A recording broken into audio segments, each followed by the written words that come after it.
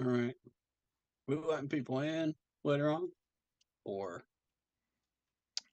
We can. I have no problem. If you want to share the Zoom, that's no problem. all right.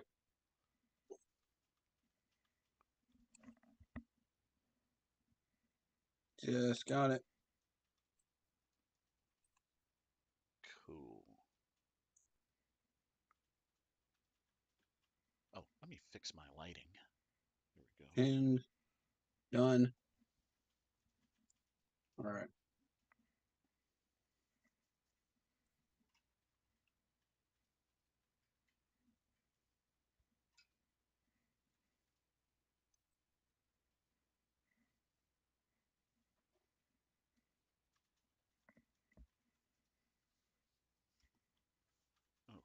Okay.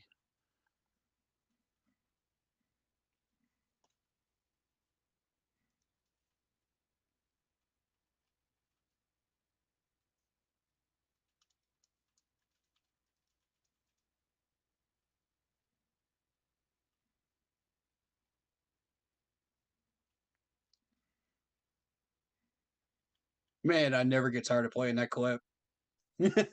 Which which clip?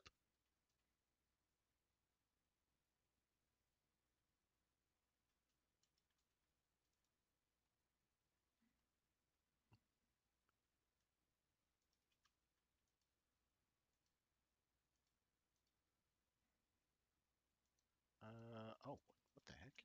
Oh, here we go.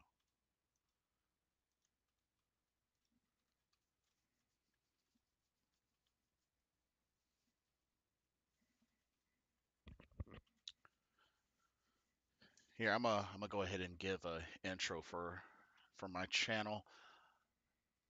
Ladies and gentlemen, welcome back to Blitzball Champ Gaming for another Carolina Panthers talk. Right here on the U to the Tube and the Facebook. Coming at you here live, your host, Blitzball Champ Jason Ingram, but also joining me as well of Keep Pounding, rocking it and dominating like he usually does. It's my good friend Corey Davis. And we should That's just be my name on Zoom, man. But what's good, man? Hey, it's welcome on in. hey, it's good to see you. Good to see you. We are back once again. Um, for those tuning in, just bear with us. We're just getting the final setups and everything, and we will get right to it. So stick around. I'm booting my channel up too, ladies and gentlemen. So if you guys want to come on over there too, both streams will have it. Indeed, indeed. Take your pick.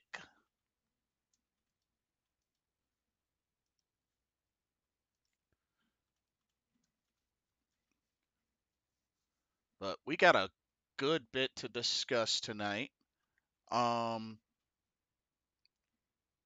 gonna be reacting to the Carolina Panthers Blueprint 3 episode series, which I actually got a chance to watch, and I know Corey is geared up to watch as well, and we're gonna react. We're gonna react to it. It's gonna be good. It's gonna be fun. But everybody in the doubt this so far there ain't been another way around it. We bring heat to the game each week. They just say we ain't got what it takes. We ain't about it. Well, y'all can just keep saying that we ain't gonna make it, but at the end of the day, this will be the Panthers nation. You know, this ain't a game to make the players at every angle that you can think of. That's why you hate us. Get out the way of greatness. You can look at our faces and see the blood, sweat, and tears that it took to create this. Yeah, I know what you're thinking, but you can say this. Cause even on the darkest of days, you know we're always gonna find a way to Keep Uh, pounding. Keep pounding. uh, Keep pounding. uh. Keep pounding. Keep pounding. Keep pounding.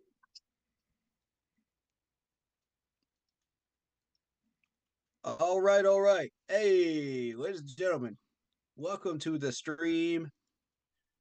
And we are officially live with the Panthers Blueprint reaction here on the Keep Pounding channel. But before we get started, hit that like button, hit that sub button, hit that bell, select all, leave a comment down below if you feel like doing so. And be sure to check out the Facebook group page. Keep pounding in all caps. That's the easiest way to find us. And give us a follow over there for in-game posts, polls, opinions, and reactions to NFL news, as well as scheduling for the training camp, scheduling for the channel, and fantasy football when it comes around at the end of July. So we got some topics to talk about today. And I'm going to get my boy Blitzball on the stream. We got David Screws in the chat right now. What's going on, man? What's going on? Hey, hey. Give me just a minute. They'll be able to see you.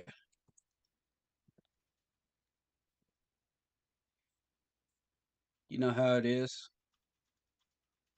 Cool deal, cool deal. David Screws, holla holla. Good to see you. He says, I'm here. Let's go. That's the attitude we like up in here, man. Bringing Alrighty. that positive. Yes, sir. All right. So, Blitzball champ in the house here. We're going to get this thing rolling. What's good, everyone? Welcome to all the Facebook people over there, too. You should be able to hear everything that's going on as well.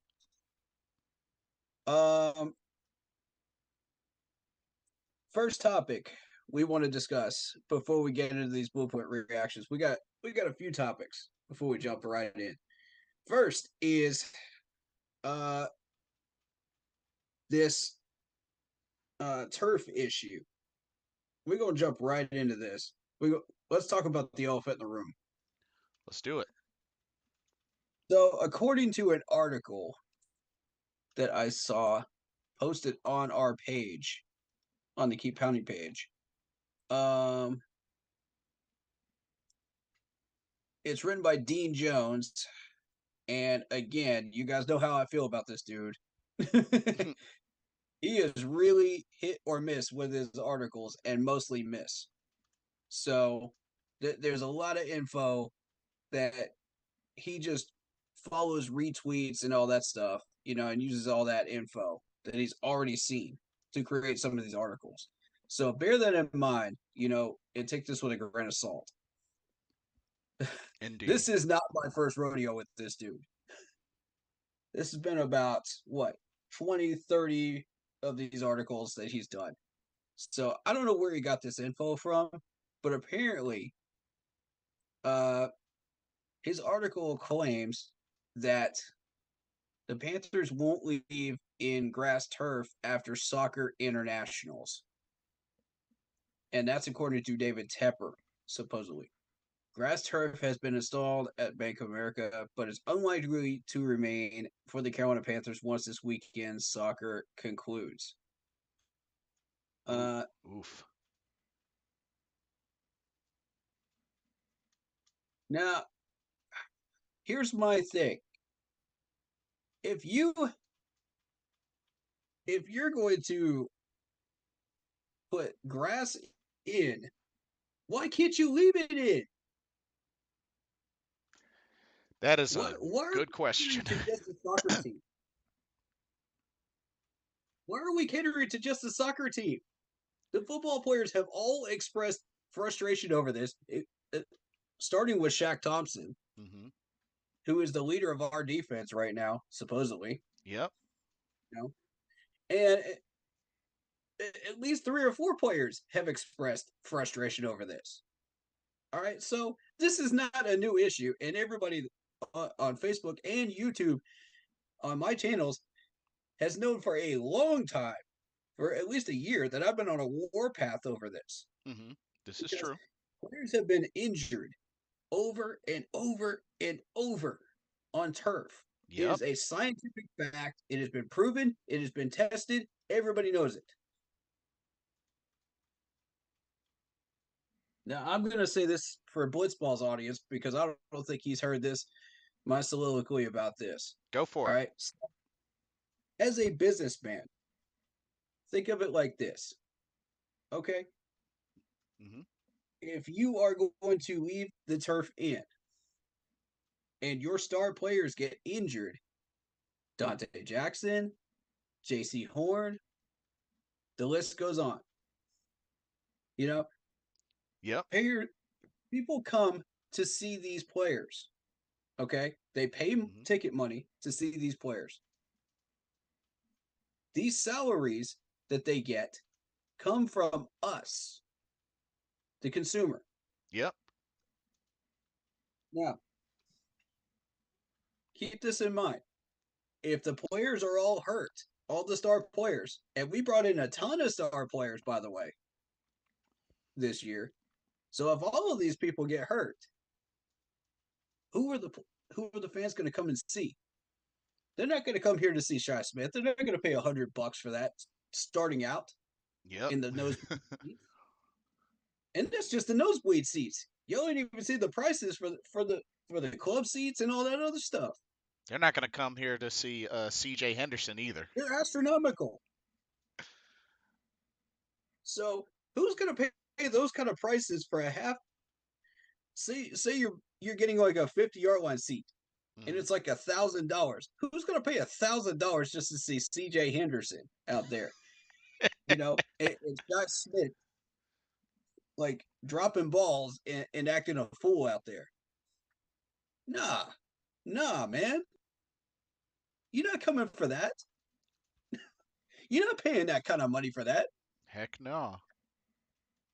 No. There's that. And then there's the people paying taxes on the stadium itself that live 30 minutes away from that stadium. Right. Those people have the right to be the most angry right now. Yep. And you know how busy They have no downtown choice. Charlotte. You know how busy downtown Charlotte gets too. These people are obligated by North Carolina state law to pay these taxes on this stadium. Hmm. State law. All right. So without the consumer there at the stadium, they don't buy the concessions, the food and the drinks. Right. They don't buy the merch. Who's got to pay for all of this? Who's got to pay for all of this stuff? The consumer. Bingo. It comes out of our wallets, ladies and gentlemen. All right, so that's why you're starting to see it. Half this crowd not even show up when we had bad teams with turf. Not to mention because of Matt Rule, but let's add on the fact that we had turf to that. That is how much money that Tepper is losing Oh, that he could be gaining. a ton. But I it mean, we're talking millions and millions of dollars here. Who do you think pays these players' salaries? and You it got all these players' salaries up in the $1 million range. So, oh my god! And then you got Deshaun Watson sitting up there with 250 mil. But oof. let's not even get there. Yeah. That's just the quarterback's range. That's the quarterback's range. That's the bonus round. Right. So without all of that, Tepper's losing so much more money by doing this than he would have been saving if he'd have just spent a little bit of money, just maybe $1 million, to take care of the grass that he's already installed. You would It's not think. rocket science. It's business, ladies and gentlemen. Yeah, you would think that would be an easy decision for him. But it That's a makes no-brainer. it makes me wonder, is the Charlotte soccer team, is that really his baby in disguise? Is that really his baby in Right. disguise? And another question I've got is, you know, does he really care about these players' health? I didn't ask who if he cared about the players. I said, does he care about the players' health? Big difference. Yeah, big difference. Big difference. And I'm getting frustrated with this, man, because this has been over a year we've been doing this. Over a year. We're about to go through another season, and he's still not willing to do it. I mean, what is it going to take to convince this man to do this? Do we have to go up to Boa and just protest this? It's either Like, that I'm or getting so sick and tired of this, bro. Get he's some of gonna his have to players on board and do it. or he may have to suffer through another season plagued with injuries. And if that happens, oh, the fans will be pissed. I'm already pissed. Everybody knows I've been on a warpath over this for over a year now. Everybody knows that's following my channel and my Facebook page. Y'all already know. I have done segment after segment after segment on various VODs over this. Mm-hmm. This is true. I'm fed up. I'm fed up. Mr. Tepper, man, I've let you off the hook on um the first coaching hire, because you realized you made a mistake. That's a rookie mistake as an owner. We realize this, okay? But I mean, the dude's a billionaire, though. Yeah, he's not used to this. He's a hedge fund manager, so he's not used to dealing with the NFL. I get that, but you're gonna tell me after 2 years that somebody hasn't told him and showed him the scientific data and how many players have been injured? Somebody hasn't told him about this? Nah, he, there's no way. There's no way he has not been told about this in that much time. I refuse to believe it. He's intentionally trying to find out the hard way. Exactly. And it's one thing to be a stubborn businessman. I can respect that. But if you're stubborn in the wrong ways, it can hurt you and the consumer. And when the consumer is us, that pisses me off. I think another thing it's got to come down to is the whole mentality of how bad do you want it? I mean, you want to Yeah, be a part of a winning organization. That doesn't just come with championships. That comes with overall upkeep of the whole organization, fans, players, stadium. yeah, Like, yeah. you know, He's talked the talk, but are you going to walk the walk? yeah. That's my thing. You could say that at every press conference you come to, but if you don't walk the walk, nobody's going to buy a single word you say. And people are losing patience, especially the fans. Little by little are losing patience, and you can't blame them. Oh my God. You can't blame them. We've already got it in chat right now. David Screws has been fed up too. We got Lock Poppy up in here too. Hey, what's good, Lock Poppy? Shout out to Emerson L and Facebook and Twerma. What's going on, y'all? Hey, hey. David Screws says, "Stop being cheap, Tepper. Get real grass." Thank you. He better open up his wallet. You're a billionaire. A billionaire. He shouldn't have to dig far into his wallet. Hey, you're gonna tell me you can't spend $1 million? That's chump change to a billionaire to fix that grass up and keep it uptight, man. Maybe you got to relay the message to Nicole first. You might have a point. You might have a point. Because the women can do so much more, and have so much more influence sometimes.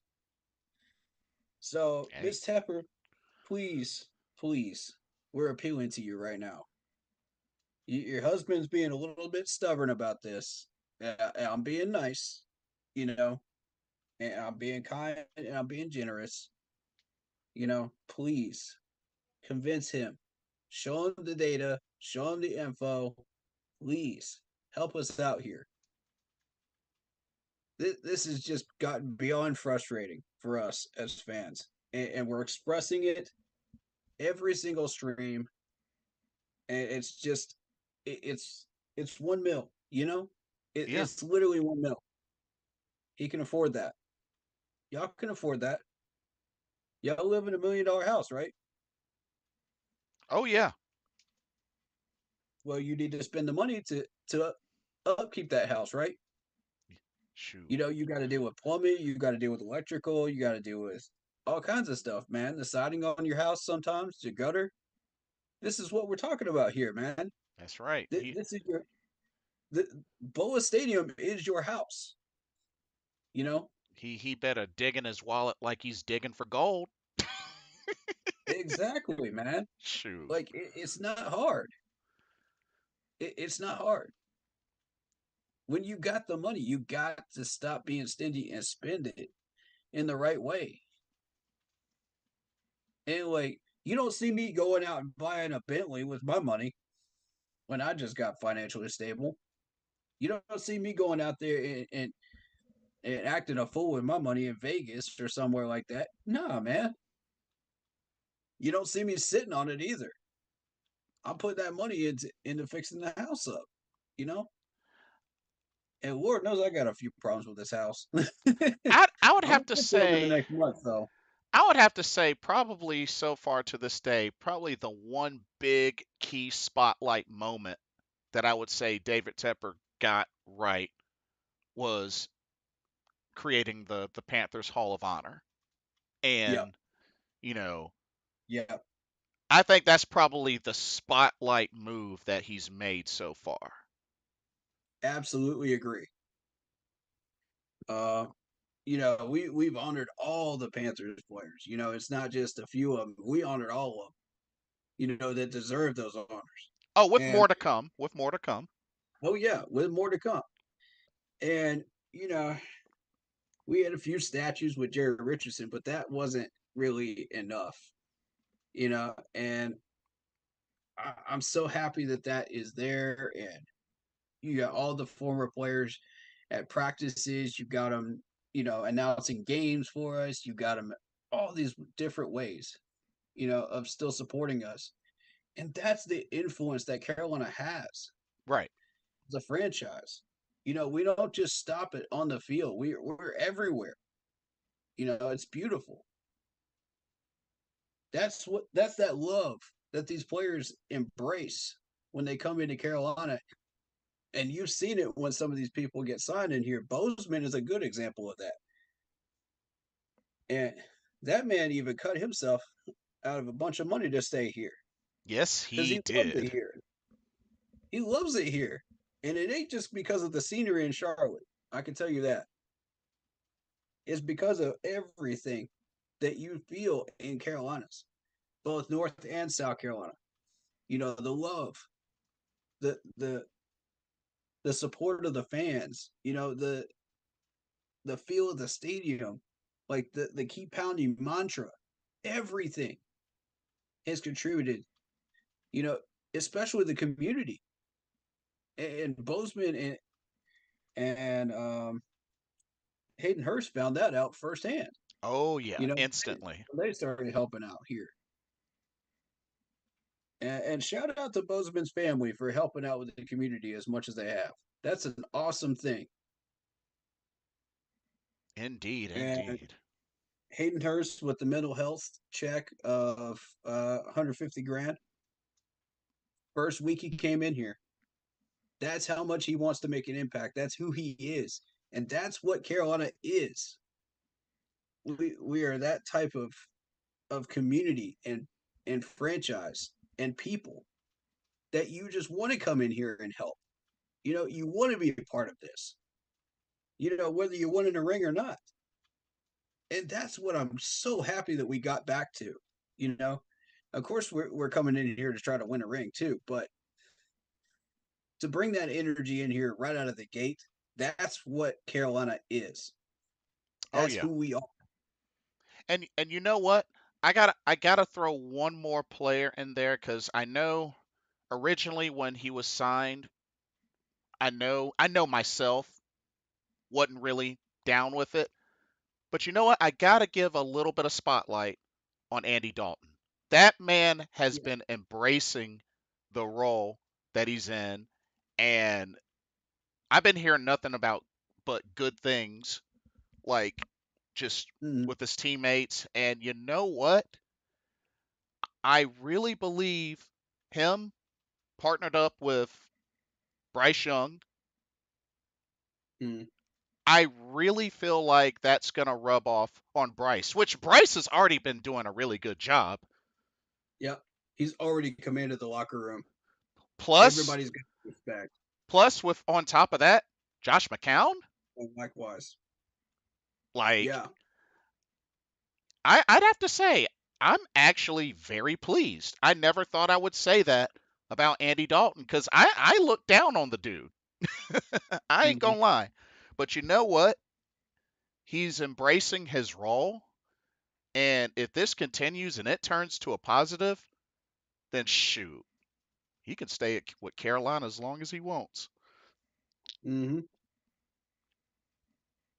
But yeah, I had to throw that in there. Just had to throw that in there. Yeah. I like where this team is heading. I like what we're doing. Um let's get into the chat. I forgot what I was gonna actually point out, but yeah. Uh so Black Poppy says, Jason, this is a winning co-host as well. Jason, Appreciate it. Mr. Appreciate the love. Blitzball. It's not gonna hurt Tepper's pockets. Get grass, jeez. Yep. Facts. Nicole, give that man lovings. I'm not even gonna read the rest of that. I hear you, David. I hear you. I can't. And then he says Oh never. man. Oh, David, Oh no. you trying to break us already?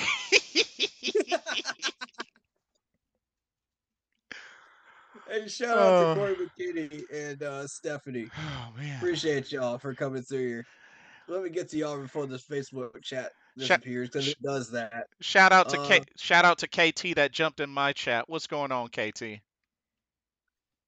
Corey McKinney, here we go. He says it hurts me that they're just gonna let the contract expire on the stadium.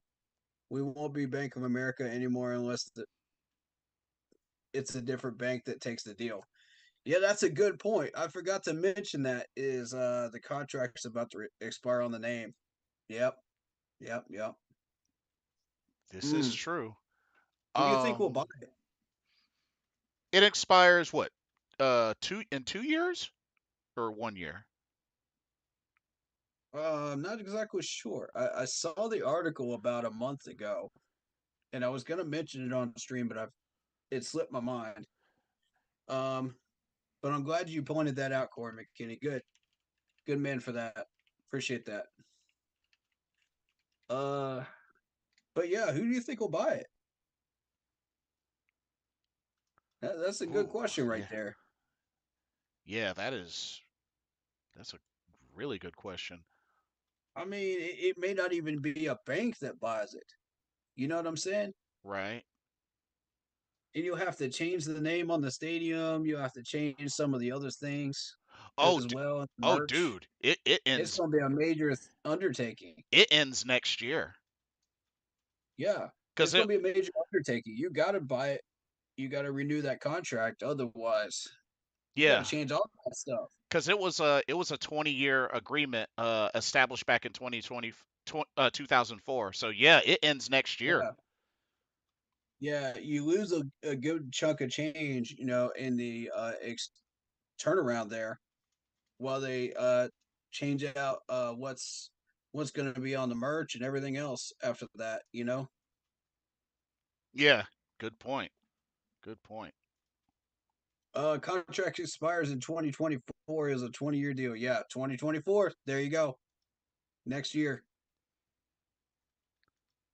Good Whoo! point for us to talk about, Corey McKinney. Appreciate that.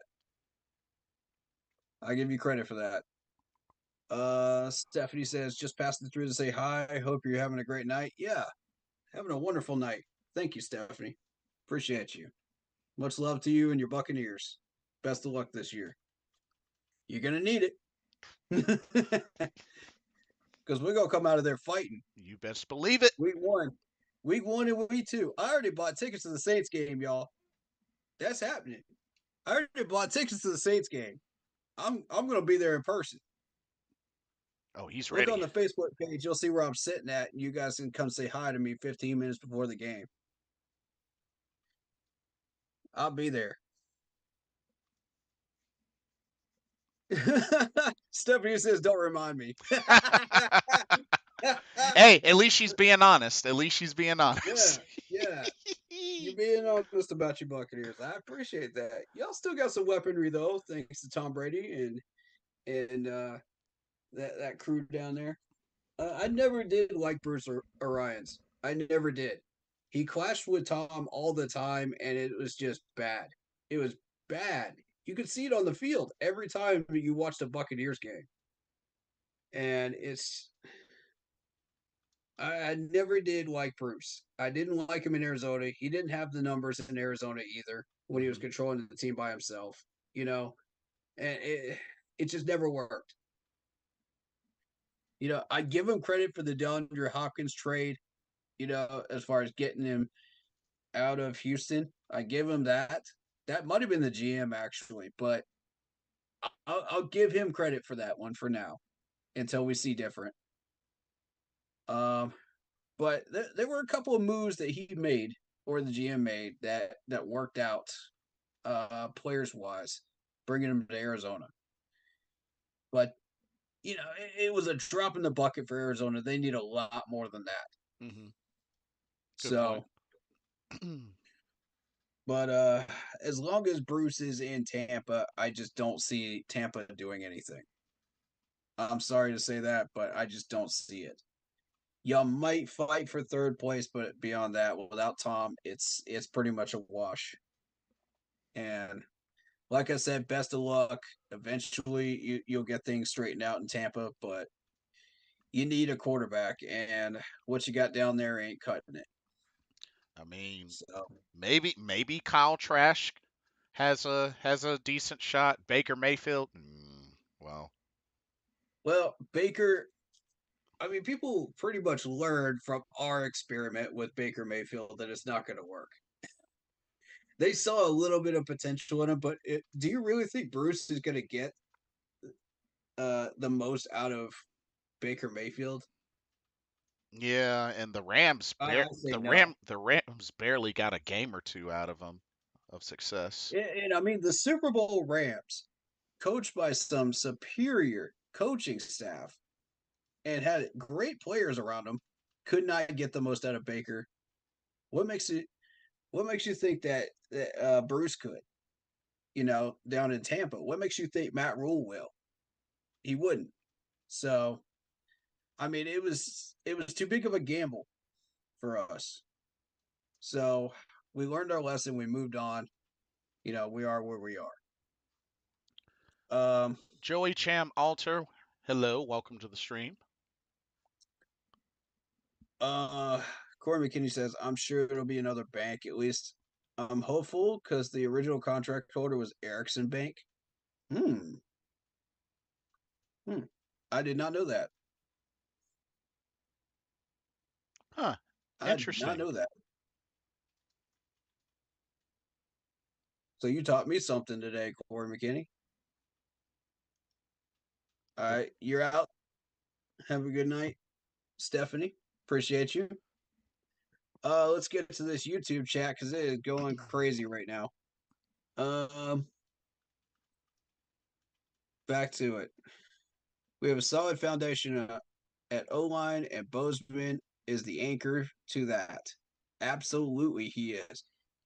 Him and Corbett both. Yep.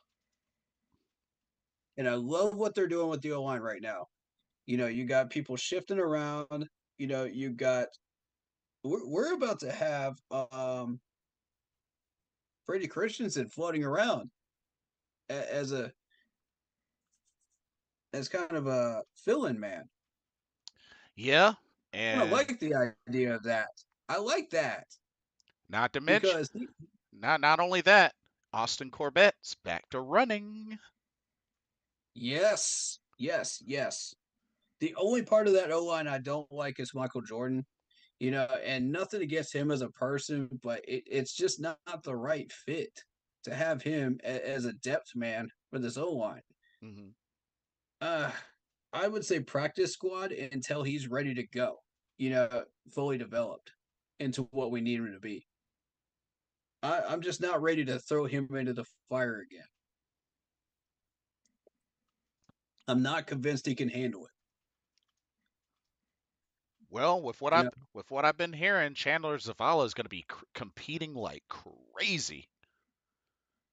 and that's what I like is hearing that all these players have a chip on their shoulder going into training camp. That's a beautiful thing. Especially Miles Sanders. That dude's got a chip on his shoulder from heck, from what I'm hearing. And that's a good segue into the next part that I wanted to talk about because, uh, and I'll give credit to Unc. He actually pointed out the fact that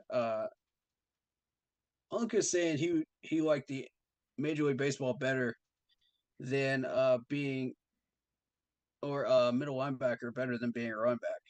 I'm not sure I read that correctly Interesting. on the stream title, but um, I may have read that incorrectly. Okay. So, but from what I was hearing in Ox stream, he was saying that he was frustrated about his contract, that he wanted more money. Well, here's my thing. Yeah, you're a great top tier running back, but Yep. do you deserve 20 million? Did you get drafted number one? No, you did not, and no, you do not. So therefore, like I would be satisfied with the 3 million, knowing that I'm going to make an impact for 4 years. You know, if I'm Miles, I'm here for the long haul. I don't know what he's complaining about, and I don't like this mentality of coming into Carolina and automatically complaining about your contract after spending 2 months trying to set that contract up, and you haven't even hit the field yet in a regular season game. Oof. Now, if this is legitimate, then that looks oof on you, man. I'm just saying, oof. It is the perfect example of how I would describe this. All, That's not good. all I know is if that's how he really feels, you best believe somewhere Chuba Hubbard's like, oh, that's how you feel? Well, shoot, I have no problem taking that starting running back position and And that's just going to and put a chip coasting. on Chuba's shoulders, too. Watch and see what I'm telling you. Chuba's already hungry for that number one spot. You already know he is. He got his first taste of it when CMC went down for 3/4 of a year. Yep. He's proven that he can handle it. And anybody that's doubting that, go check the numbers during 2021. He fixed his fumbling problem. He fixed his catching problem. Go look at the numbers. Tell me I'm wrong. He was ranked 12th in rushing yards that year. 12th. And that's along with several starters in the league. That cannot be faked, ladies and gentlemen. That is legitimate and it is real. So for anybody that's still doubting Chuba Hubbard, Chuba Hubba, as Big Cat likes to call him. Much love to both of you guys, Unc and Big Cat, man. Much love.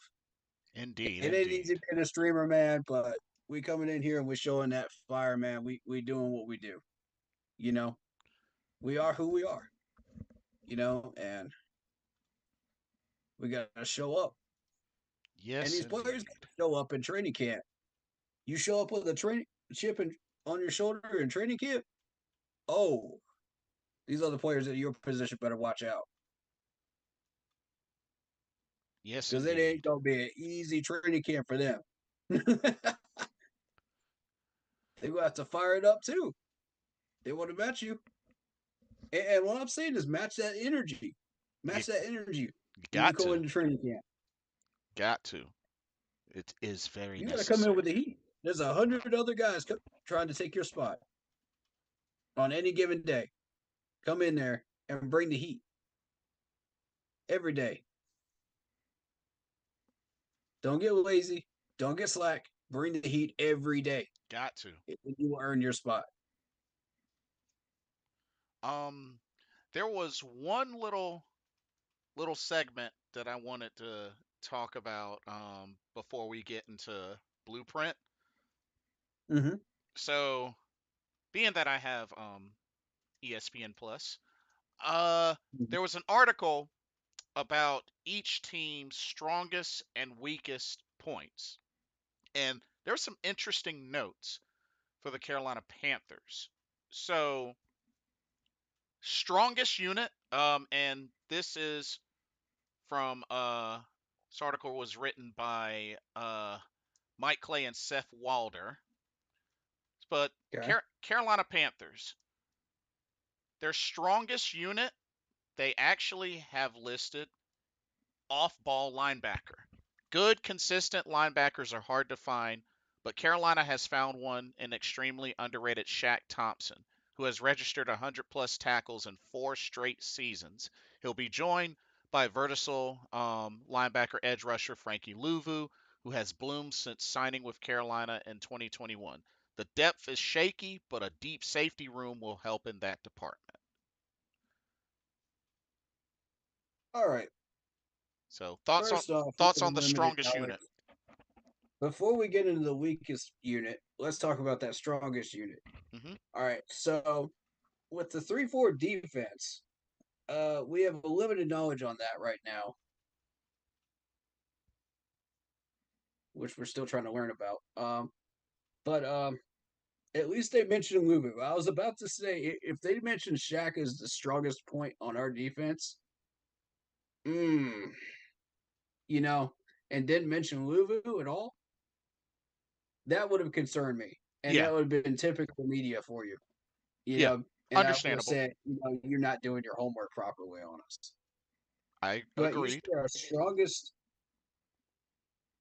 you say our strongest point is Shaq and Luvu. Yeah, off-ball linebackers. That's interesting to me because most of the media today has been saying Brian Burns, who just hit double digits last year Hmm. and fetched us offers for 2 first rounders last year, Yep, right at trade line. Pro Um, Bowler as well. are we also going to overlook J.C. Horn? Are we also going to overlook Jeremy Chin? We're going to act like he doesn't exist back there too? Come on. How about Dante Jackson? Come on, Mm. man. Derek Don't do these players like that. Derek Brown, who's been improving each season. Yes, he's been the most underrated player on this defense so far that Dude, nobody's even really paying much attention to, dude has been except for the Carolina. dude has been able to chase down scrambling quarterbacks. Yeah, no one's mentioned him in the media at all. Totally underrated. Indeed. The people in the Carolinas have been talking about him like crazy. We all know who he is. We all know that man's chasing some dollar bills, man. Oh yeah. Um. So I don't I don't see how you overlook all these players when you're talking about the strength. I'll give you Luvu, but the rest of them need to be mentioned as well. hmm, Fair All point. right, Fair so point. weaknesses. Okay. The weakest unit, which we've heard this same song and dance before. Weakest unit, it says wide receiver. Carolina traded away DJ Moore in the deal for eventual number 1 draft pick Bryce Young. That left a major hole at wide receiver, which was filled, quote, filled by DJ Chark, who missed 19 games over the last 2 seasons, and 32-year-old Adam Thielen. The team also spent a second-round pick on Jonathan Mingo and will hope youngsters Terrace Marshall Jr. and Laviska Shenault Jr. make a leap. Hmm. Okay. I'll give you TMJ and I'll give you Laviska trying to make a leap. I'll give you that. Hmm. You're right on that. Um, I like Adam Thielen. I like DJ Chark. They're top-rated wide receivers, and even though they're not getting paid like top-tier Pro Bowl wide receivers, they're still going to make a major, major impact, and people are crazily underrating them. Because they don't understand what system we're running yet. And that's the problem. They don't understand our offensive system yet. Hmm. Once they see it in action, you'll start to see people change their tune. If you can keep these guys healthy and on the field, which goes back to the turf issue, that's one way to solve that problem, you know? But keeping these guys on the field is critical to the success of our offense. Bingo. You're going to have Mingo involved. You're going to have Adam Thielen involved in various different ways. And then you're going to have Hayden Hurst is Yep. going to be in there too. Yep. Don't forget, we did bring in Hayden Hurst, and that will definitely help. All right, so So, see, our weaknesses are our weakness point. I disagree. Of the entire team, correct? yeah, yeah, just of the team, yeah. Yeah, I can't agree with that. Third string corner is our weakness. Oh, Is our oh, biggest weakness. yeah, yeah, That's yeah. our biggest weakness. We had 6 opportunities, count them 6, to solve this problem, and we'll let them all go. For Yep. what? For what? We had 3 cheap options that were exceptional players that we could fill in that spot. And now we're stuck with CJ Henderson and Keith Taylor again. Mm. You really think these two are the answer back there? I'm still mad about not bringing back I Stephon don't Gilmore. understand how Ajaro's defense works. Yeah, you had 2 stellar corners, but what happens if one of those 2 corners goes down? And it's happened already. Oh yeah. It's happened already. You it need a third strong corner. it costed us a playoff spot. Exactly. You had the money to solve all 4 corner spots, as a matter of fact, and you didn't do it.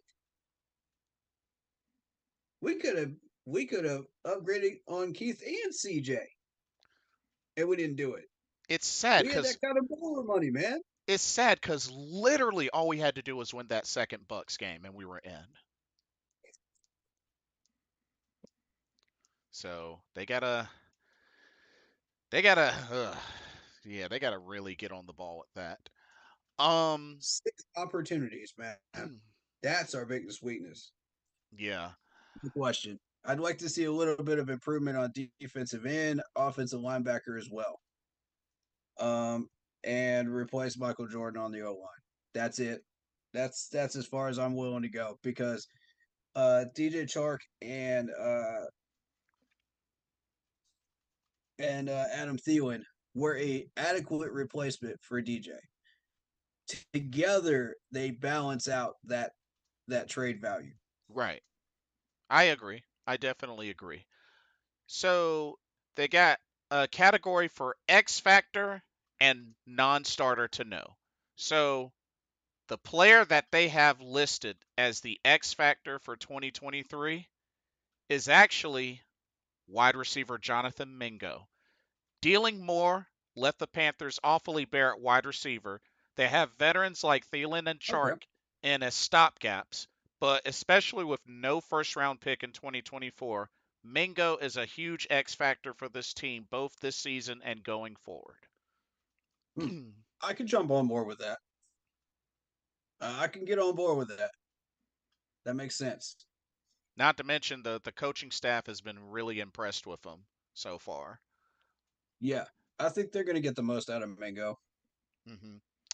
And Yeah. then the non-starter to know to the main person that there is hope for, there's reason for hope, is actually wide receiver Terrace Marshall Jr. In addition to Mingo, Marshall is the other long-term hope for this receiver group, and there's reason for hope. He Yeah. posted a 58 open score in 2022, which is above average and a promising sign. Hmm. I can get on board with that. This is what I have been Okay. saying. Panther fans, keep pounding nation. It's not time to give up on Terrace Marshall Jr. yet. I know the injuries Mm-hmm. have been an issue. I'm not disputing that. But we cannot ignore the flashes this man has showed with the plays that he's made, including a near impossible catch that he Yeah. made, which still like probably been one of the most talked about catches a wide receiver made last season. Mm-hmm. Let this guy eat while he is healthy, and let's really see what he can do. I Mm-hmm. really don't think we will be disappointed if we give this guy a shot. Give this guy a shot. He's healthy. He's got surrounding veterans. I really have a feeling that Terrace Marshall Jr. will become a valuable asset for this team. I completely agree. I think this coaching staff can get him past that glass ceiling that he's been in. Um, and the Matt Rule staff could not. So, uh, my question is Ian Thomas, when it comes to glass ceilings, because, there's a couple of players that just really need to break it, that have been around for a couple of years and just they need a better coach, you know? And I was kind of alluding to that earlier this year when I said, Matt Rule's staff is not going to teach you anything. Right. So, and even Tommy Tremble came out and said that, Yep. and so he's right, but it was the wrong time. But we're not going to get into that subject. We already talked about that. We already covered it. Right. But the thing is, there's a couple of players I could see going to a different team with a better coach and getting the most out of them. And I said that last year, not knowing that Frank was going to be our new coach, hmm not knowing that we would have a Jaro with those rankings he had last year, you know, um, not knowing anything about our new OC either. So, and I want to see what these coaches do with these players. So I say give them a couple more years. Let's see if they can break those glass ceilings and be patient with them. Ian Thomas, especially, be patient with him. I see something in him. I saw it day one of training camp when I first saw him. There's something more there hmm beneath the surface. And with the right coaching, he can bring that out. He can be that animal, but you got to get it out of him. yes. Otherwise, I he's agree. just riding the bench. And if you don't see any production out of these players, move them for picks. Move Yep. them while they're still valuable. Because they can be replaced. And I'm tired of seeing players get moved out of Carolina without getting proper value for them. right. I want draft picks. I'll give you the DJ Moore one because we saw DJ Chark and we saw Adam Thielen in the free agent pool. hmm That's one way to get proper value. The other way is to get proper pick value for these players. Understand their value as picks will get you the most out of rebuilding your team or creating your team. And right now we're in the creating your team stage. You know, we're yeah. not we're not rebuilding it. We've already rebuilt. Now we're in the creation stage. We've almost fully built this thing before, and I say Frankenstein because that's exactly how the 15 team was built. If you go back and you look at the 2015 team, half that team was a bunch of nobodies, that were Yep. riding the bench, getting cheap contracts. And look what they did when they got put together with the right coaching staff, with the right momentum, with the right chip on their shoulder, and frustration. They took it out on the field.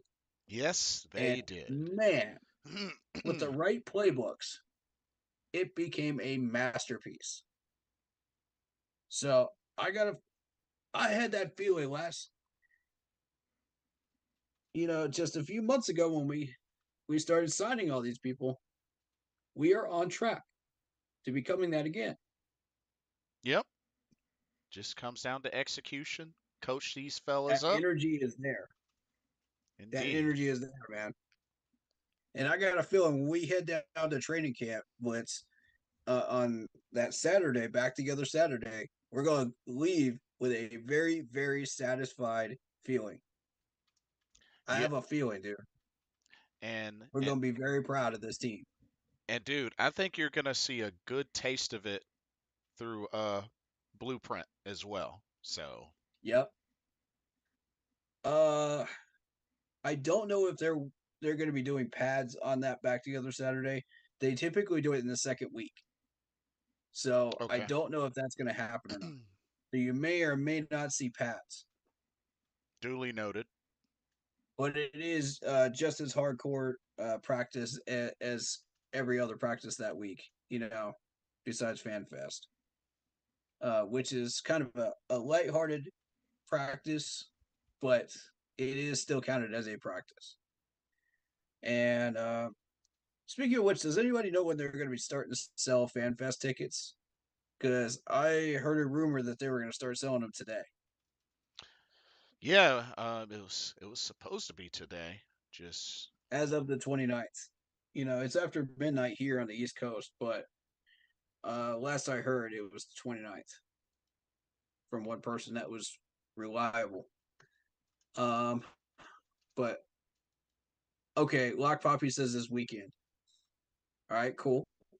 Cool. I'll keep my eyes peeled. I've been ready to go and ready to buy those tickets, man.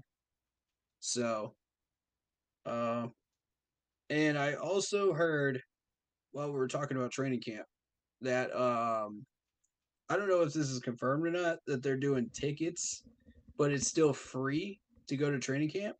hmm Can anybody confirm that? so I'm looking at the site now.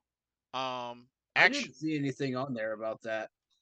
the tickets are listed with no cost, just standard tickets through the Ticketmaster site. So This is bizarre. I don't understand. Why do you need to do this? I'm linking you. There you go. Thank you. hmm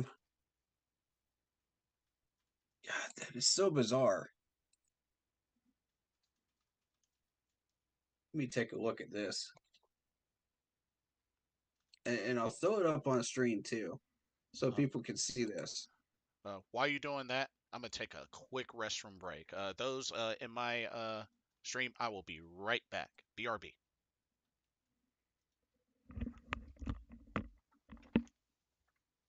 All right, so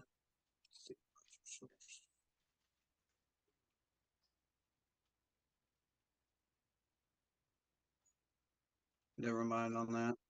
It's being challenging today. I'm trying to delete that. Tech issues, happens all the time. Right. Uh,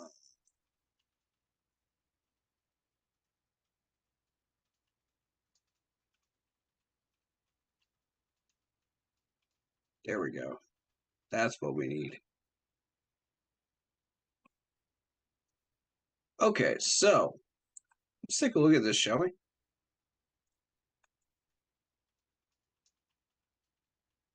Are you kidding me? It is on here.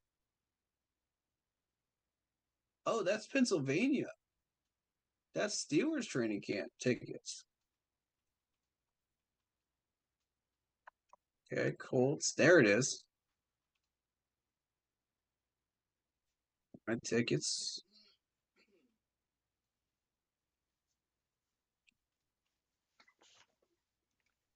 Yeah, they were telling the truth. All right. They were telling the truth, man. It's on there. Oh, it's on there. Yeah. Yeah. Cool deal. Zero mission don't have assigned seating. Yeah, because it's a grassy area. But yeah. All right, I'll start looking into that this week. Sounds like a plan. Um, so let me just read this chat real quick, and then we'll get into our last topic of discussion, Alrighty. which I'm pretty sure everybody knows what that is. Yep. So catching up with chat here. Did you already watch the blueprints? Not yet. We're planning to do that in this stream, Black Poppy. He has. I have not. So I'm going to be reacting to them, sound only on the stream because I don't want copyright issues. But yes, I will be reacting to them. That's what this stream is supposed to be. All three of them tonight. I'm going to be pausing a lot during that. So if that frustrates you at all, I don't know what to tell you. Hey, AKA deal with it. Exactly. I don't know what to tell you, but you watch music reactors do that all the time. Come on now. They're a lot harsher about that reaction than me. But anyway, Hayden reminds me so much of Olsen talking about character. Yes, he does. I agree with that. What do you think, Blitz? You agree with that? Actually, yeah, I do. And I believe he will definitely bring that to this team. He's already off to an early start. I mean, I could see him staying here for a long time. Maybe retiring here like Olsen did. I could see it. If he makes a big enough impact on the field like Greg Olsen did, yeah, he could end up in the Panthers Hall one day. well, Depends on what he does. his first contract with us is 3 years, so we're gonna get a good taste of him. Yeah. I've been very, very happy with him in Cincinnati and what he was doing there. And so I knew who he was. Again, just like I did with Greg Olsen. I knew who he was before he came here. Hmm. So again, I'm going to be claiming that later on down the road. Watch and see it in a future pod. I'll be saying that same thing. Except I'll be talking about his successes, hopefully. Um, I watched Blueprints, love those first episode, got me pumped. Yeah, looking forward to it. Looking Oh, forward to it. oh yeah, they're awesome. They are really awesome. Shout out to Jason Ingram hosting Corey, Epic co-hosting. Yeah, yeah, Thank, yeah. thank you so much. Appreciate the love. Panthers, Saints, Falcons, Bucks. In that order, Panthers win division. I can see that. Oh, Bucks at the bottom. Oh, heck yeah, yeah. Yeah, I can see us winning the division as well. It's a toss-up between Saints and Falcons. The Falcons have the toughest schedule at the moment. I think we went over that, didn't we? Yes. Hmm. Yeah, I think the Falcons have the toughest schedule. So I could see that happening exactly in that order. It's very, very possible. We're looking at, borderline 10 wins Hmm. in a playoff spot. I don't know how much further we can go than that. It depends on what this team looks like in training camp and preseason. Yeah. We'll see what these players look like. I'm looking to see the competition really get heated because I can imagine dwindling it down to that 53-man roster is going to be tough. And for those that aren't aware of how they've changed that windowing down process, it used to be a three-part process. It was 90 to 73, and the 73 down to like 60 or something like that, and then the 60 to 53. So now it's down to like uh it went from 4 parts down to 3 parts, and now it's down to two. So it's the 90-man roster down to a 70, 70 down to a 53. Gotcha. So there's two cuts. You either make them or you don't. Point blank. And I mean it's I don't like it because of how much pressure it puts on the coaches, to make those decisions like in bulk, you know? Right, right, It's not a good thing for coaches. Um Unless the coaches specifically thought, okay, we can handle this and all voted for it. You know what I mean? right. If that's the case, then yeah, I'm okay with it. Because it's the coaches I'm concerned about here. That have to make those evaluations, and the GMs as well. So if both of those in each one of these franchises is okay with this and they voted for it, then by all means, Hmm. I'm down with it. But I'm just concerned about y'all, man. I'm looking out for y'all just as much as I'm looking out for the players. I care about everybody in this organization. So, um, and I care about the fans the most because we're all in it together. We're all of us are supporting this team together, and we're putting money into this. So, Yep, that is true. and again, I want to point out, I do not put money into non-winning products on the field. I will not do it. But if I see a winning product on the field, you guys see the result. I just bought that Saints ticket just today, just before I got on work shift today. That's how much commitment I'm putting into this team this year. Match my energy. That's what you got to Match do. my energy. Come to the training camps. Come to the games. Match my energy.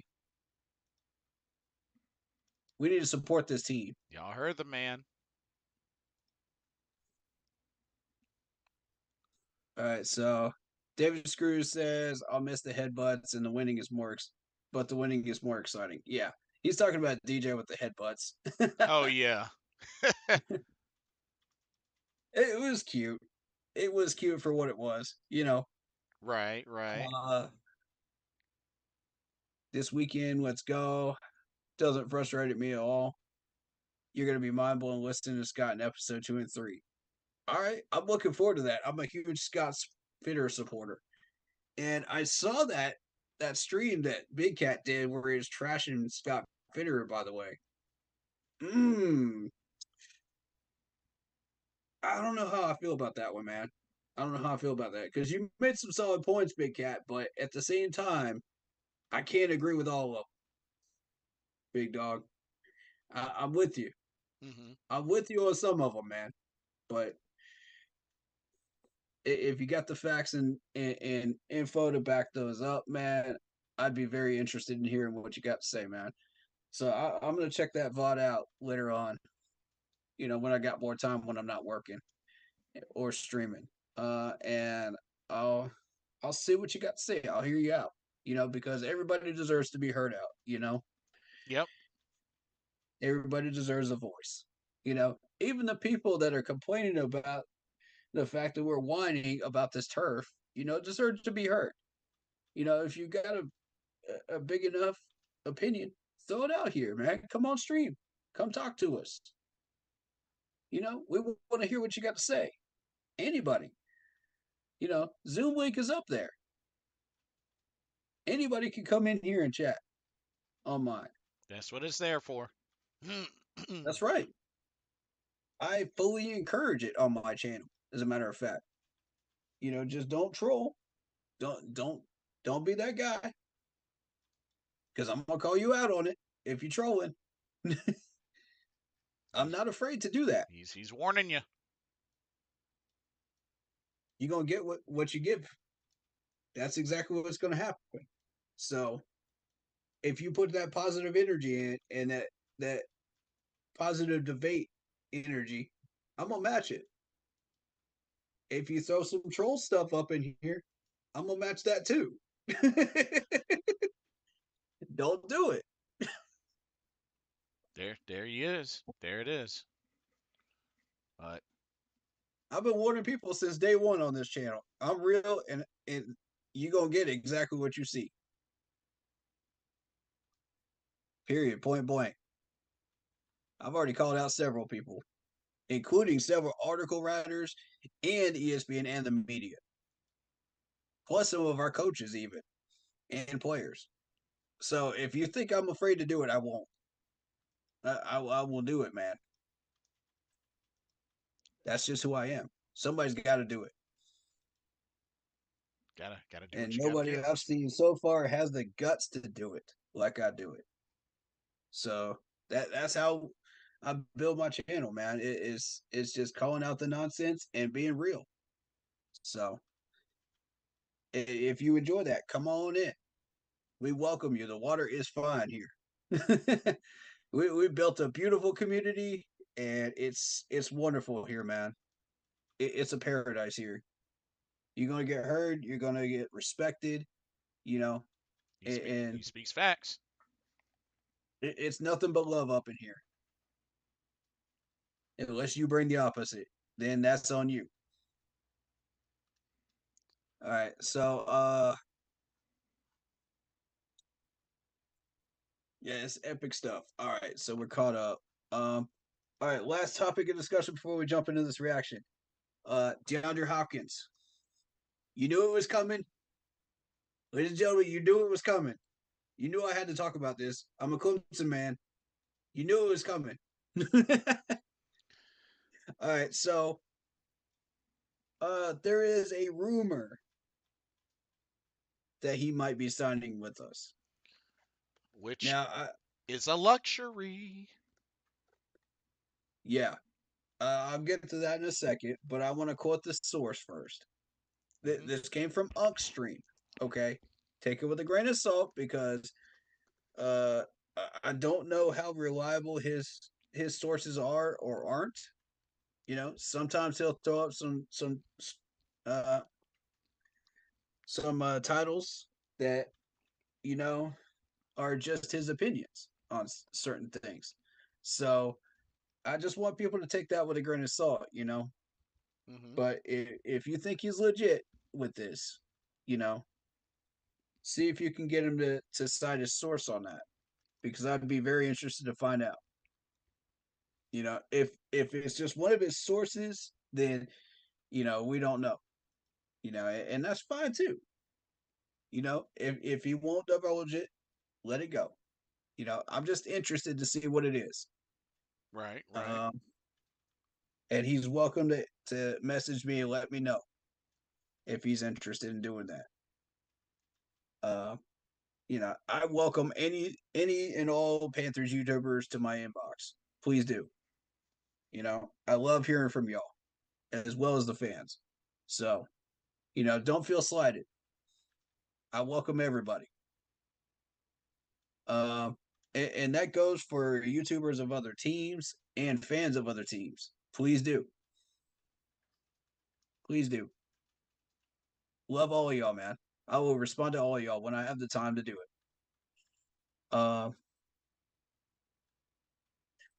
But Nuke, DeAndre Hopkins, yeah, he's a luxury. $15 million a year when we got 27 mil right now, we can't afford it. Yeah. Like, Sorry to tell you, anybody that's a DeAndre Hopkins fan, and I'm the biggest Clemson fan out here, biggest Clemson advocate out here. And I would love to see this man in a black and blue uniform more than you could ever imagine. But we cannot afford it right now. It's a luxury. Yep. And it hurts my heart that it is, but it is. You know what I mean? If we had seen DeAndre Hopkins pop off early in free agency instead of Adam Thielen and DJ Chark, we would have grabbed them earlier. Right. Because trust me, man, like those two contracts equal out to about half of what DeAndre Hopkins' contract is per year. Mm-hmm. And I'm willing to spend an extra $8 million on that. For what you're getting out of DeAndre Hopkins, oh yeah. Oh yeah. Get you a cheap wide receiver and Mingo in the draft. And let's work with TMJ and LaVisca and let's go to work. You know what I'm saying? That's Yeah. a crew Oh right yeah. there. That's the crew right there. We can work with that. Let them call us week one. We got DeAndre Hopkins up in this wide receiver core. Let them. Because I'm going to tell you, DeAndre Hopkins got a chip on his shoulder every year. That man's going to prove you wrong every year. Let them know. As a matter of fact, I don't know why that man's still not signed yet. Why is KC not giving him a call? That's the biggest question I've got because they're still trying to replace Hardman and Juju. And like I said, Hardman and Juju are the trade value of DJ Chark and Adam Thielen right now, in my opinion, just above it, just barely above it, trade value wise. So, and the contracts reflect that. So if they're trying to replace that, KC's got the money to spend. Why have they not given him a call yet? Good point. Good point. This is the question I've been asking all month, and I don't understand why that hasn't happened yet. Now you've got Dalvin Cook trying to go to the Dolphins, and there's that whole controversy going on there. As a matter of fact, let me look up Dalvin Cook's numbers. I've been meaning to do that. I heard about that the other day, and I still haven't looked his numbers up. They still haven't gotten him yet. Oh, really? Oh. Yeah. Yeah, Dalvin Cook.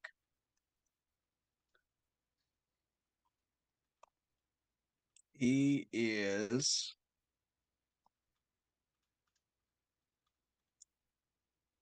currently still a free agent. His last contract, let me see, was terminated, but he was extended from his drafted contract, which was 4 years.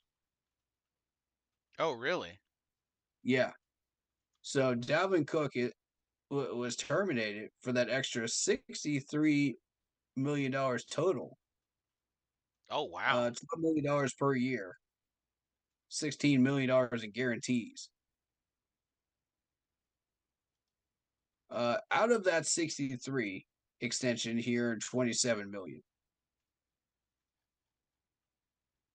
which is an effective average per year of 9 mil. So that's a very, very interesting development there for the Dolphins. And I don't know if they had the money to push that or not. Mm-hmm. But what does that number average per year sound like to you after just hearing about DeAndre Hopkins?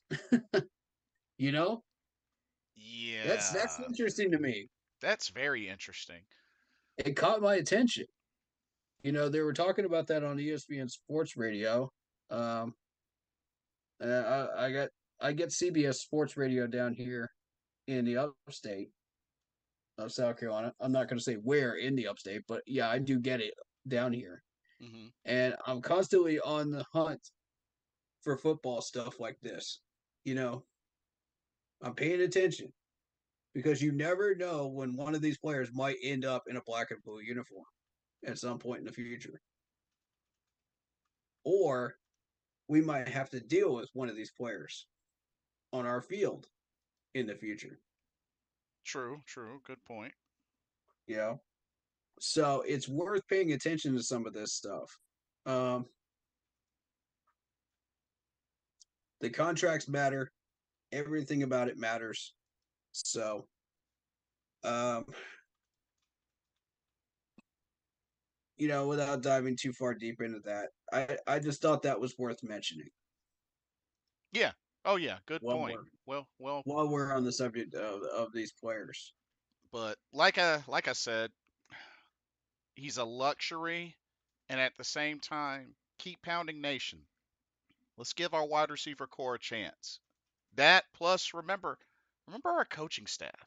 Remember the folks that we've brought in, like offensive minded head coach. I mean,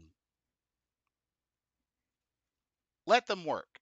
Let them build on this wide receiving core. Let them coach them up.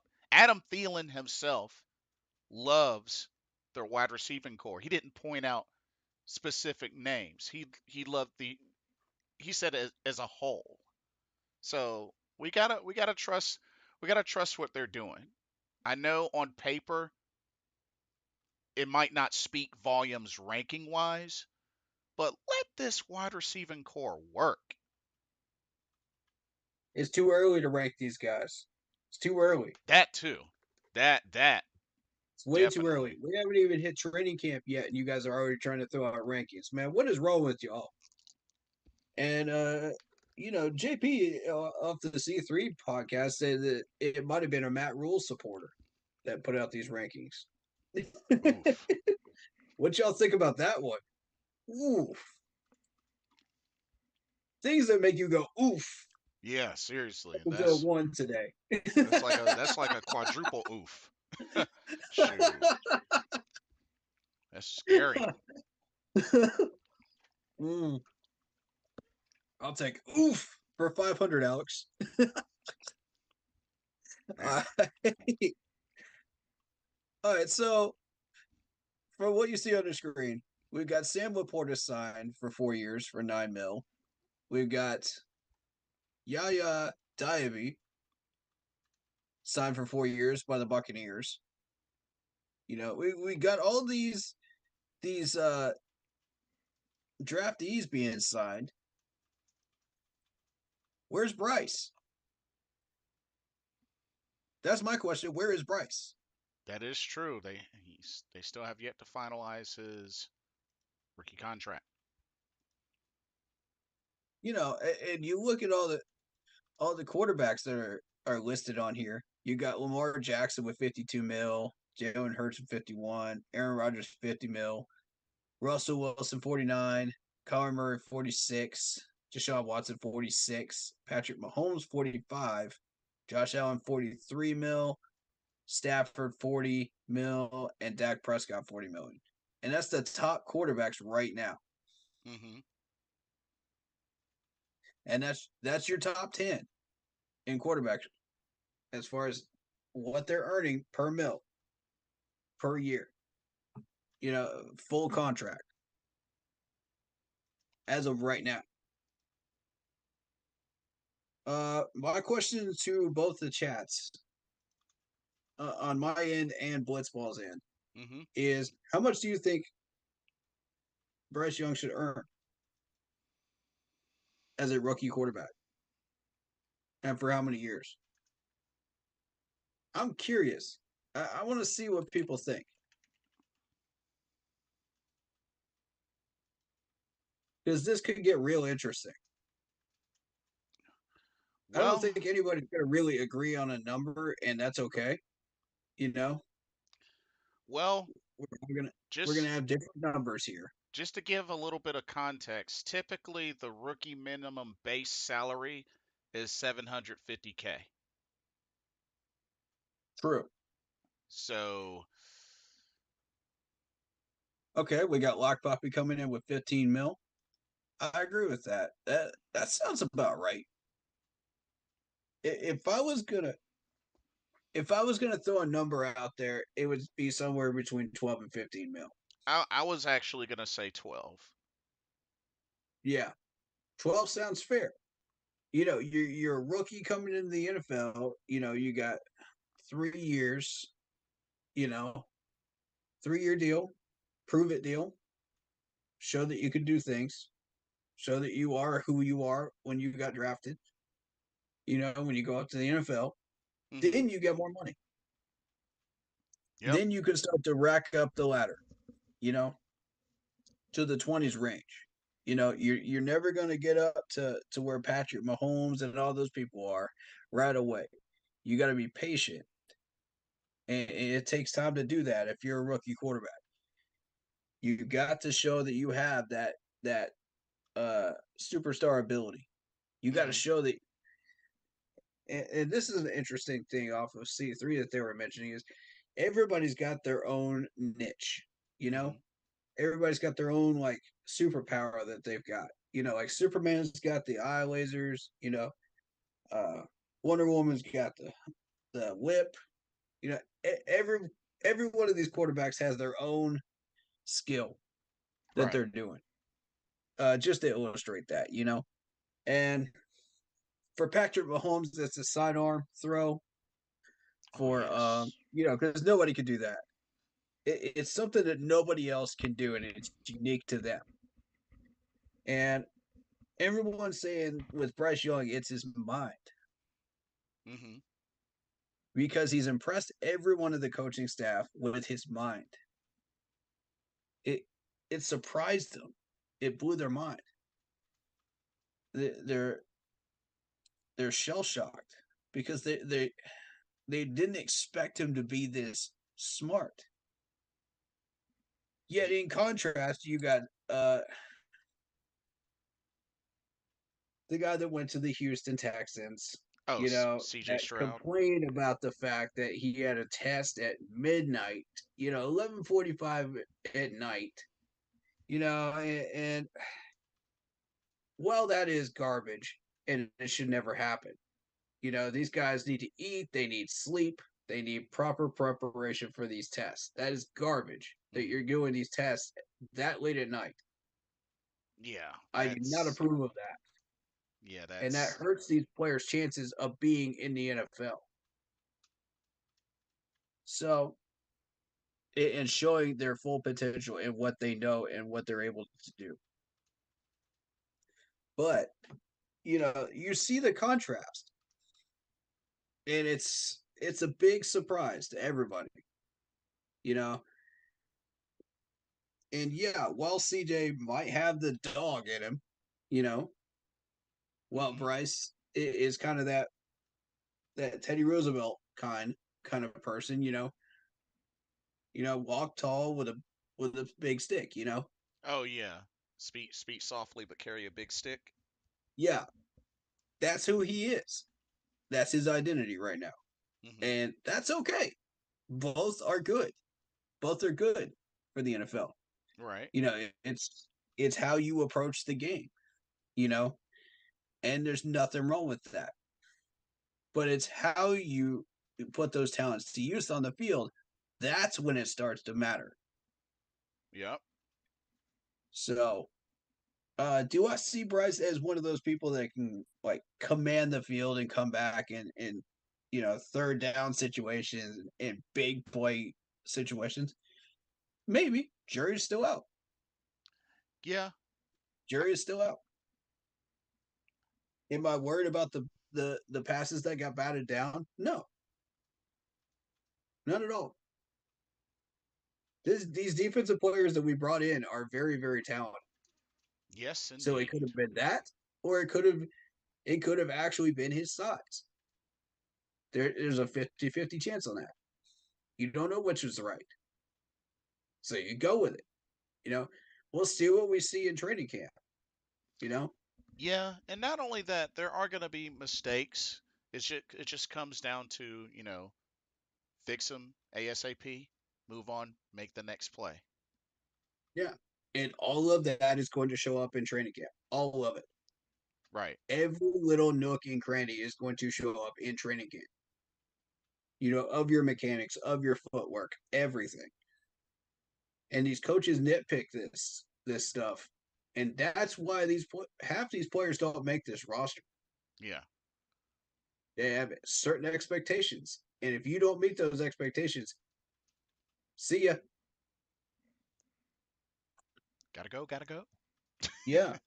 Uh, the one thing I would like to see happen is if we were still running the 3 cut system, you know, um, is in that last week of cuts, you could trade some of these players that are on the bubble for 6th rounders, and get yourself a couple of extra players. Hmm. Package all these players up, 3 players per trade and get a 6th out of it or a 7th. And those 2 7s will add up to a low round 6th, and you can keep rounding those things up Right. every year. You know, it could be a rotating cycle, and whoever starts that is going to have the advantage. Right. Right. So I advise Scott to jump on that early and become that first one. Here's hoping. Because if you're one of the last people to do it, you're going to get screwed. Yeah, that much is true. I mean, you have to do it in a Somebody's got to get timely screwed on fashion. that, you know? All right. But I think it is time to start jumping into this reaction. Unless there's anything else you want to talk about. Nah. I'm ready when you are. Lock Puppy says 15 mil for Bryce Young. You'll see that in the videos too. All right, 15 mil. I can deal with that. I can deal with that. That is a little bit of a spoiler, but that's okay. I'll allow it. I'll allow it because it's on topic and it's important, for us to talk about as far as Bryce is concerned. We were already there anyway. So I'll allow that. Cool deal. Okay. So this is going to be sound only for Hmm. anyone that is frustrated by that. I apologize. But we're going to make this happen. Hmm. Uh oh, I meant with the coaches thinking Bryce is smart. Okay. So that was your assumption was 15 mil. Was that what they said in the video, or is that your assumption? I think he was saying in the video about the coaches praising his intelligence and the 15 mil being what he felt like Bryce would would deserve, I guess, starting off. Okay. Okay. That's fair. Okay, guys. I will be pausing in between, and it will be sound only to avoid copyright. If you're not okay with that, go watch it on your own. Cue it up with me. I'll give you guys 1 minute to do that. I'll give you guys 1 minute to do that if you're queuing up with me. If not, then you're on your own. Um, You'll just be hearing audio.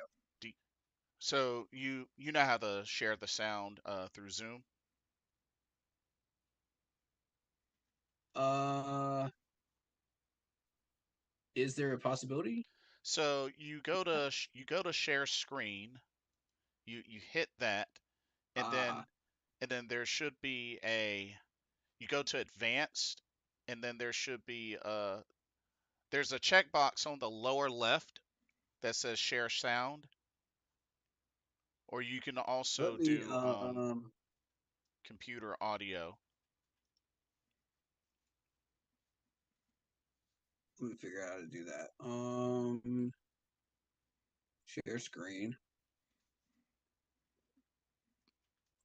There it is. Boom. Oh, no, no, no, no, no, no. No, you don't share the screen. Oh, okay. Okay. Nah, Uh, it's the lower left oh, sure. it's the lower left corner. You hit share sound, and then you go to advanced. You go to advanced, and then I'm not seeing a share sound here.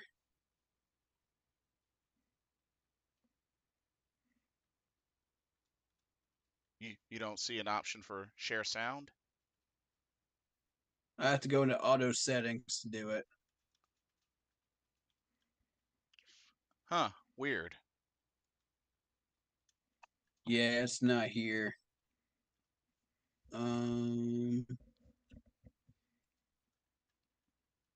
Bear with us, folks. We're trying to figure this out.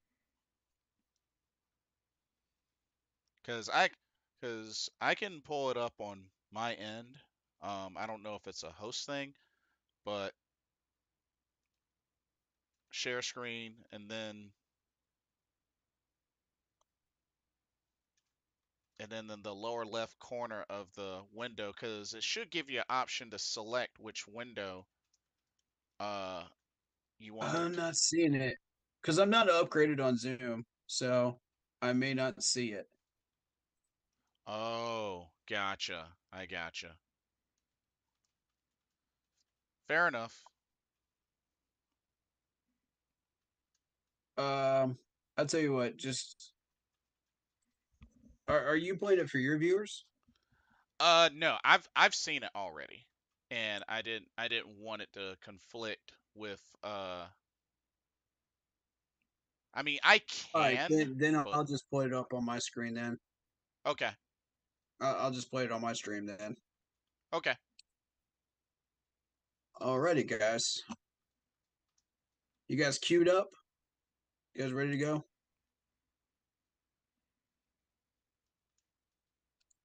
All right, 3, 2, 1, let's go. Thank you all for being here. This is a special day. Got my popcorn. It's a full Oh, circle actually, I moment. can hear it, so that's good. That's good. Union of past and present with an eye on the future.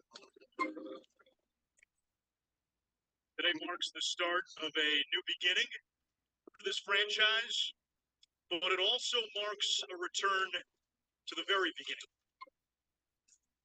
Good. I like He is a part of this franchise's origin story. First quarterback, Frank Wright. first touchdown pass. Who they're talking about? To Metzelaars the first in Panthers history. Frank Reich has been a part of many firsts in this franchise's history, and we're looking forward that you now get a chance to show us what's next.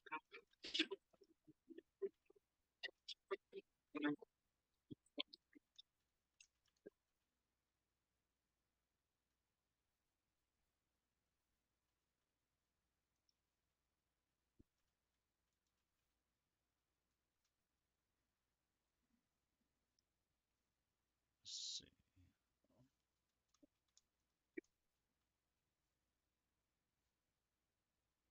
Try killing bugs the freeway. Not Marshals. the way. Ah, Give it a second. it's all good. It is summertime and we're trying to kill bugs, but you know.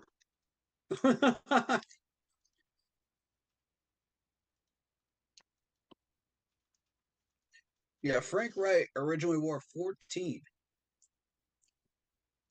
with the original first team. Oh, wow. Very interesting fact there. I don't know if anybody caught that. Now, just talk about I'm obsessed with it. They put the back in there. And I love that. That is so cool. Pretty surreal. How do you feel? It feels amazing, especially to be here standing with you guys. I know I'm getting a little. I am actually. I was trying not to cry during the press conference. But just want to begin by saying thank you. Thank you to Mr. Tepper and Nicole Tepper for just an incredible opportunity to lead a team and a franchise in which we were here at the beginnings. You know, I think when I got the call about getting a job, I felt a peace and a confidence. You know, it just felt right. There's a quote that's been on my desk since my rookie year in 1985, and it says this: that no man becomes suddenly different from his habits and cherished thoughts. And so we're going to be a team and an organization that is about creating championship habits. I think every coach and every player always feels like there's unfinished business. Like you're always on this quest to get better, to win big, to win the biggest. There we go. And I would say this opportunity just invigorated me in a new way. What's up, man? How you feeling? Yeah, you look good. Pardon? Who you think? You say Mark? Who you thinking, Mark?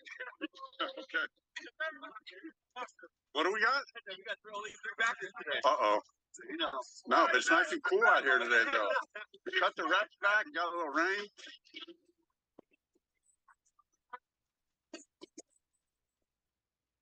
What we got? Oh, yeah, you know, we like our curls. Good ball. That's a good ball. Good ball. Girls Good testing their top right feet, there. Good.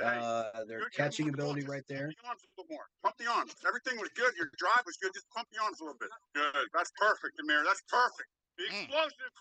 Explosive. Looks like a receiver right there, 84. Good job of getting vertical on the stem, and you saw the spacing. There's a huge, huge hole there. Oh, yeah, Derek. That's it, Derek. What didn't you like about it? No, it looked good. Tell me what you think. What if I'm coach me? Yeah, on a slant. On that. I mean, I've always been a dynasty guy, but I like the inside. But I gotta get you out here. Yeah. And then inside, and then sometimes you get them so bad here that it's cold. No, you don't want to get them too bad, right? Yeah, that's good. That's good. I like that he's willing to listen to the players and get coached by his own players. Oh yeah, That's a big plus. yeah. I really like There's the coaches I've engagement. never seen do that. Yeah, the engagement that he had with Adam Thielen. That was really awesome. Love that. He's just as much a student of the game as he is a teacher of it. Oh yeah, a little competition. Coach Frank will be here about 5 yards. He's gonna have his hand out right here. Whoever touches his hand wins. We're going to the next round. Deuce. Let's go.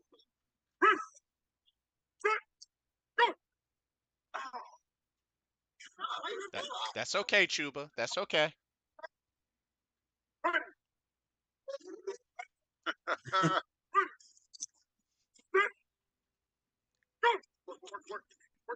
Got a little troll action there. Here we go. Here we go. Like that.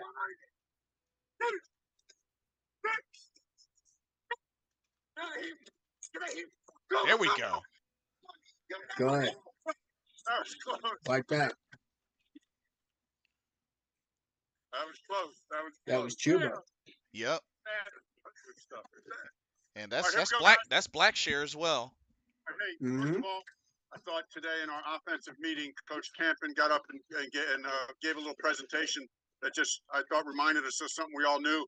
Coach Campen, please talk to us about who our coaches are out here. Oh, you're gonna love Yes, this. Coach. You know, at the end of it, I was sitting here thinking, and I know us as coaches, we give you playbooks and we give you direction, right? And so when you really talk about what Coach said about we're all trying to get our PhD, we're all trying to advance our skill. So at the end of it, I said to myself, really, you know who the best teacher is? It's the guy standing right next to you.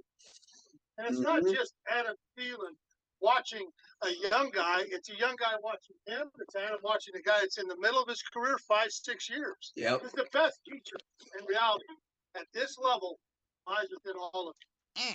Coach each other, make sure you're watching, and you're watching everything from practice, and we'll all get our PhD. All right? I like that. And that's our offensive line coach. You got it. About the decision. Beautifully said, Coach Campen. Yeah, I mean, these guys are, you know, Campen is proven to be one of the top O-line coaches. That was a no-brainer, to be honest with you. And then Chris Tabor, the same way. This guy, you know, I mean, he's one of the best, and he has been for a long time. So, great opportunity for me to keep those quality coaches. Super excited about our coaching staff. I think we got a great mix of the old and the young, you know, different styles, different schemes, bring them together. You can feel the trust among the staff. You can feel the connection. Hey, that was good. That was good work today up there, up front. Your presentation up front was strong. Your presence alone. I know there was a lot said when it first got put together. And again, always a big shout out to Mr. Tepper for giving us the resources to do that because it took. Yes, sir. Shout out to Dr. Yes. to Mr. Tepper. Oh yeah. It's a dream team. It's a dream team. When I saw that, yeah. I said the same thing before I got hired. It's the job I wanted. So yes, I'm like, this should happen. Yeah. This has become one of the best coaching staffs in the NFL. It's got 3 guys, Frank Reich, who had interviewed for head coaching jobs in the NFL this year. Frank himself, Ajiro Evero is their defensive coordinator, and now Jim Caldwell. James Campen, their offensive line coach, top 5 guy in the league. And then Josh McCown comes over as well. Hugh Staley, complete energy. Dom Capers. That looks like a coaching staff, not only a great foundation, but a youth movement that's going to be awesome to be a part of. I every year try to broaden the search at every position. I try, okay, who are the guys I know? Who's outside that circle? Didn't know really anybody on the staff before I got hired. So they've been phenomenal. You know, I didn't know Thomas very well at all. Finally getting to hear from him. Oh yeah, That's big. Coach Brown. But the more I looked into it, it was like, wow, this everywhere I checked, he's impressive. Been around a little bit, you know. Had a few different spots. It's high praise. Well, I mean, it's been a long career. I think being able to start first in my background playing wise was me, so it kind of builds upon who I am identity-wise as a coach. Oh, he was a Georgia boy. He was a Georgia Bulldog. 2011. That's great recall, man. My first stop at University of Georgia back in 2011 as a strength coach to Tennessee, Chattanooga, to Marshall, Wisconsin, Georgia, Miami, South Carolina. I was the OC at Miami for 3 years before going to South Carolina, kind of coming to LA. I'm kind of a nomad now, so. Yeah, you're coming back our way, though. Oh, yeah. Oh, he's been around. You know, come to think of it, that name does ring a bell. If he's tried out with the Gamecocks, then that name does ring a little bit of a bell. Because I do keep an eye on what goes on with the Gamecocks as well as Clemson. Mm-hmm. So he may have tried out for a spot. I don't think he was there, for very long, but I think he did try for a coordinator spot. I could be wrong. Any Gamecock supporters in the chat that can confirm that or deny that? Let me know. Or have those former player voices and what stood out about Thomas in that? It has to be the right former player. I want to use your experience as a player to connect, have credibility. And, there are some things you learn as a player that I think it's hard to learn any other way. Did look good, right? Yeah, smooth as hell. Like you're floating on water. Yeah, everything's effortless for him. Nah, he way better than me. way better than me. Just a leader. He's a natural leader. He walks into the room. He commands respect. Thomas knocked the interview out, man. The energy alone, the delivery, and being to have the conviction was second to none. Deuce. People have no clue that. Hey, my man, Deuce. I heard good things about him. I'm looking forward to this. Oh yeah, championship as a player and as a coach. Best background standpoint, coach of running backs, watching Deuce, as a young guy myself, trying to find out ways to, who I want to be identity-wise, how I want to end up coaching. This guy, one guy I always looked up to. And I'm always like having to be the juice guy everywhere I am, like on the field juice-wise. I'm like Deuce, you got it, no doubt. What's the juice level like today? Yeah, my room ain't got no choice. One in that building, if you don't come out here with that damn juice. He ain't lying. Fourth quarter. He blitzing all day long. I see a bunch of hungry men. I can't wait to get out there with them. That makes me happy. His role as the assistant head coach, that's not just going to be a title. You will feel him as the assistant head coach. What's happening, man? Work. Nice burst, 9-6. Nice burst. This guy is a quality football coach in every way. I'm even keeled. Deuce is not even keeled. Okay, you fired. I don't think he has an even keeled bone in his body. And so that's what I love about him. I mean, he's a hammer. Control it. Eyes up. Control it. Now control it. Man gonna correct you every time. Yeah. I love that energy. Let's go, Deuce. Number one. Oh, he's getting at him. Power. Explosion. There you go, Chuba. Number one, brick wall with me. Stress on the band, Raheem. I'm gonna be the first one to lead the charge. Control it. And then after that, show them that I love them. There you go, Miles. Good. You can't go to war with these men unless you show them that you love them. Other than that, I love that quote. Wow. Wow. Big quote right there. Love that. Go to war with them, but also remind them that I love them. You can't compete with that. Oh man. That's beautiful. That's a ball coach right there. That's a ball coach. And it reminded me, I was watching the cornerbacks coaches, the secondary corner coaches during training camp the last 3-4 years. And I saw that same kind of energy from those corner coaches. And I said, that's a ball coach right there. You know, if we could bring that same energy to the entire roster, to the entire 53-man roster, top to bottom, all the coaches from top to bottom have that same energy. That's going to be a game changer. Oh, going into game day. You know, with that preparation, a month's worth of training camp, months worth of preparation. You bring that to the first game of the season, that's heat. You better believe it. Got a meeting. Come together. Let me explain how we do this. All right. Whoever's mic'd up, we all come together and we put it out there to let each other know. Ain't no sneaking around. You know what I'm saying? You ain't gonna be like, yo, man, I forgot to tell y'all, man. So today, Miles and myself is mic'd up. So you don't want them bullets. Don't come over here around. You understand what I'm saying? What's up, dog? Oh, I am mic'd up. I am. Yeah, I am. But that don't matter. I'm like this every day. Wait, Vaughn, he quit? Oh, look at him. Oh, he quit? You know what I'm saying? I ain't see. You know what I'm saying? I want this talk from you. I want this lip from you when we put the ball down and we drive. Bruh, what size shoe is that, man? 15. What the? He got the whole shoebox on him. I don't know if I ever seen a Nike check that long. Deuce is silly. Got about 4 S's in it. 15. Good Lord, man. I gotta concentrate. All you gotta do is show that foot. Goddamn, I'm getting the hell out of the way. Don't get scared now. What's up? Let's go. This is it. Gotta lock in, man. Can't flinch. I like this guy. Right there. There you go. Hit it. Good. You already crying? You crying already?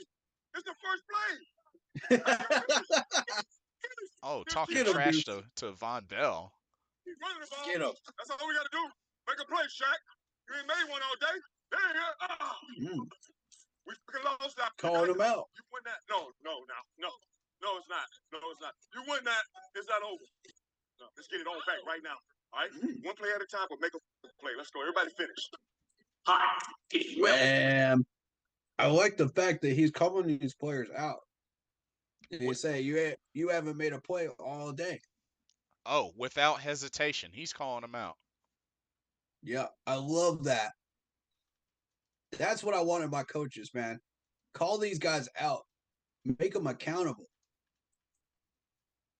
and then set them on fire. Send them out there and let them do work. First down. Let's show them love. What's up, Vaughn? What do you say about that? What's up? Touchdown. You got to give it up sometimes. All right, somebody make a play. Here we go. Got one. Let's get the next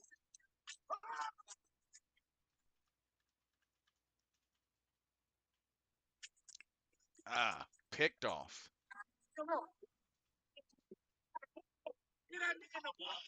Y'all won that. I can't say nothing. I'm going to get your ass, All right, JC. No foul, right? That was a good spring. No foul. Fault every day. And winning. Had the number 1 defense and number 2 offense. Rushing the ball, number 1 defense, had sacks and everything. And winning. There you go. No question.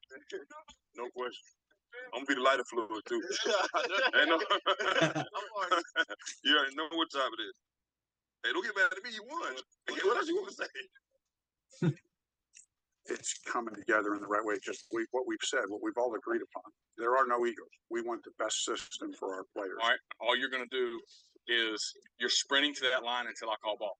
Find a base, get it out. Getting Josh McCown, there are no words to explain how big of a deal that was. I mean, this guy played 18 years.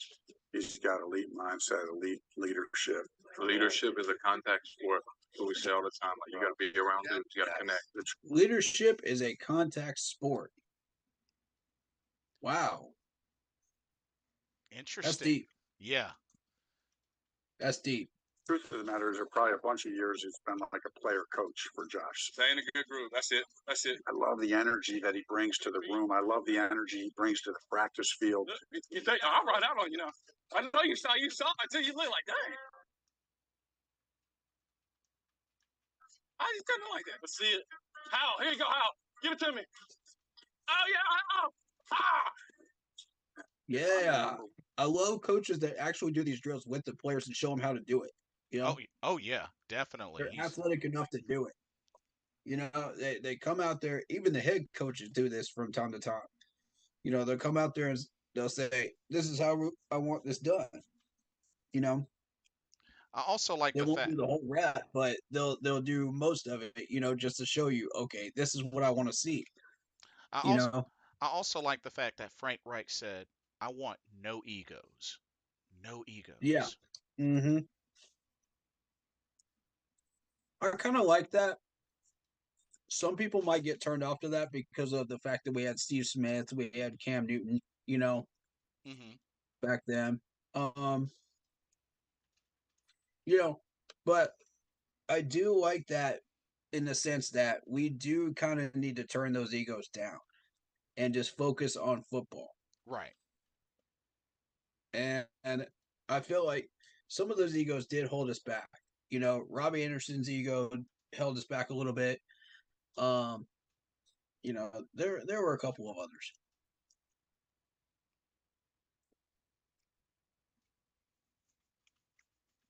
Agreed. And Agreed. I post this.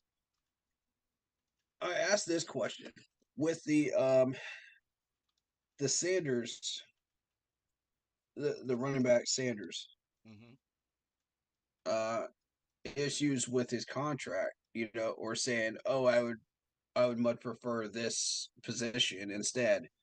You know, do you consider that to be ego, or do you consider that to be him just answering press questions? Because maybe this might have gotten taken out of context and it came out of a conference or something like that, to where he was asked those questions, you know, and those were formulated answers to kind of answer those questions. It's So, it's very possible. so I don't know where I got that information from, but I would be very interested to know. Mm-hmm. That's why I'm not too quick to judge on this, you know, and I want to know where the source came from, and I'll judge it on my own, you know, from there. Yep. Understandable. Draft pick coming out. There isn't a quarterback coach. Let's continue. It's the perfect fit. Up, back, yeah, Bryce, go. Get back, Bryce. Ball. Good. Nice strong hands. We don't First get enough look at reps. Bryce. Back, they stay on. They Yeah. give us these red jerseys. Ball. They give us these red jerseys. They don't mess with us in practice. Then we get in the game and it happens. Up, back, ball. Good. That would be strong. That would. And they changed out the jersey color to black Right. That they did. for quarterbacks. I like that because the red didn't really suit us and it didn't really make sense. So I'm for it. Way strong. Okay. Oh no, one more Taylor. Just slow down your hit. Yeah, ball. Yeah, there you go. That way, shoot it. Now, cut this one loose a little earlier. Ball. Good. I don't want to say been surprised, but like how natural he is as a coach. Like the transition from player to coach has been really easy for him. Keep inflecting your voice in the huddle. Okay, because you did it at Knoxville. You know what I'm saying? You can be loud. You step in the huddle going, nice, right?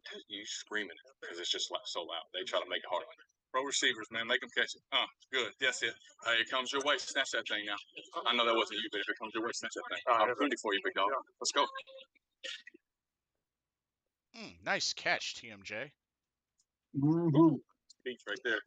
I'm gonna verify just in case those wobblers, and you're like, it's the balls, not the balls. But check them. They're good. I love it. Left.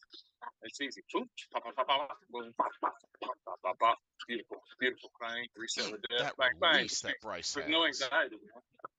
Guess I'll have to be the anxious one. Feel that squeeze. You feel it? Good. I got you, bro. I'm sure that'll sound good. My God. Look at that. Sound like an idiot. Yeah, really good job. Good job operating. Good job with the cadence. All of it was outstanding. We'll look at it. There will be things to clean up, fix, as there is every practice, especially when you want to be really good. You find things. So, but a good first day. It was awesome. I told him, first full practice. How cool was that? Fun, huh? All right. What you got, bro? You get us. Win on 3. 1, 2, 3. Win. There you go, Taylor. There you go. Love that. When Frank Reich was introduced as the new head coach here in Carolina, Panthers general manager Good Scott coaching, Fitterer said Josh. one of the things that helped Frank Reich. And that was one of my major concerns going into this staff is how Mm-hmm. would Josh McCown transition into coaching when he's never done this before? Mm-hmm. So I'm starting to get my answer today. And I like that. I like that first taste. So I'm a lot less worried about him now. Good to hear. Was the staff that he was going to bring to Carolina as the Carolina Panthers coming to terms with Avero, one of the up-and-coming names in the coaching game here in the NFL. This is who I want to know about. Oh, yeah. And again. Sir. Right. You said you better get ready to find a good coordinator next year. So I guess gonna be a head coach. Wow. You heard it from Scott's mouth himself. Yep. Get ready to find a new DC because this dude's about to be a head coach. That's how much he thinks of Ajaro. That's big. That's really big. How long has Ajaro been coaching? About 2 years now? Perhaps 3. 2 or 3. Coordinator job? I think so. How long has he been in a DC job? So he's been That's the most important thing. He's been a defensive coordinator. Actually, his first taste as defensive coordinator was with the Broncos. Wow. So that's his first look as a DC was last year. Okay. Yeah, he's been assistants, safety position coaches, but Denver last season was his first as a defensive coordinator. Now, a question I've got is how much did he change around that defense from his predecessor, to become what it was? How much of that was he given already? Yeah, that's a good question, but I have to say it's got to really say something for him. First year as DC, and he coaches the number 7th ranked defense. Like, because you got to think, McDermott's predecessor was John Fox in a way. So when McDermott got in there and he started messing around with Ron Rivera's defense, he already had a lot of pieces, to build that defense. True. And how much of that was he already given versus how much did he change around? What did he manipulate? You see a lot of manipulation going on with this defense already, as far as people being moved to different positions. How much was he doing in Denver? So those are questions I've got. Definitely makes you wonder. And I'd like to see somebody that's knowledgeable on that stuff answer that. Maybe we should ask a Broncos fan or a Broncos supporter, Broncos YouTuber, maybe might be able to answer that question. I have to talk to a good friend of mine, who's married to one of my sisters. He's a big Denver Broncos fan, so I'm gonna keep that in mind. Okay. If you've got some knowledge on this defense, I would like to find some answers to those questions. That would be really helpful to putting the pieces together of who Ajaro is, as a coach. I can look into that. I'll ask him, see what his thoughts are. All right. Let's continue. All right, here we go now. Let's go, baby. Let's set that in. Come on, Ace. Come on, Ace. Wake up, Ace. Great day. Have a great day. Have a great day. Great day. Yes, sir. I'm a players coach, and not for I like that he's saying, have a great day. Have a great day. Have a great day. Have a great day. He's just individually telling all of them, have a great day. Right. It sets the tone. It sets the energy for that day. It helps I him. like that. It helps him get locked in. Yeah, I like that. I want to see him do that in training camp too. I want to see him do that on game days too. Make that into a habit, man. I like that. standpoint that we let them have it easy, but that we care about them. We want to treat them right, but we want to demand the very best from them. Stay outside on that. Stay outside. Yeah. You got the hook play pushing to you. Signal. Hey, everybody. Signal. He's not gonna sugarcoat nothing. He's gonna tell you exactly what he want, and as a man, that's all you can ask for. Go. Get set. Get set. Get set. Just like when my dad raised me, caring doesn't always mean that we take it easy on them. It means that we are doing everything we can to get. All right, one of these days, I'm gonna give you a hook. Did you hear that? He said everybody needs to live with it. Once that decision is made. Oh yeah. Oh yeah. Somebody's got to make a call. Somebody's got to man up.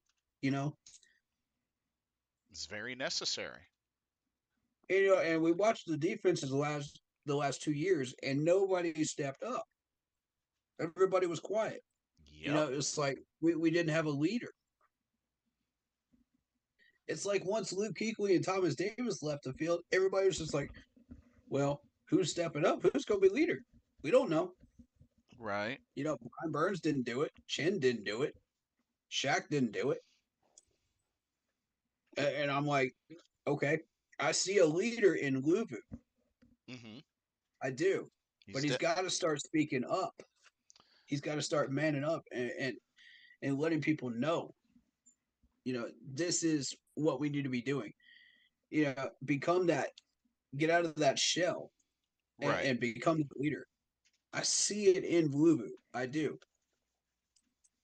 It's going to take him a little bit to do that, and he needs proper coaching, but I see it happening. And I think Ajaro might be able to get it out of him. Oh, for sure. For sure. I'm not gonna give you a call. Then you can start yelling at me, and they're gonna break the huddle. Then you're just gonna have to make a call.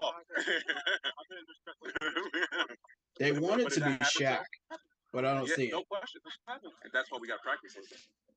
Sometimes that's being the hard coach. Sometimes that's loving them up. Whatever we need to do to make sure that they're playing at their best, that's all that matters. Wait for the ball to be snapped. When he fires that at you, then you make your move. You know what I'm saying? In and in, Jamie. In and in, right? Good, good. Now yeet, burst. We're gonna burst.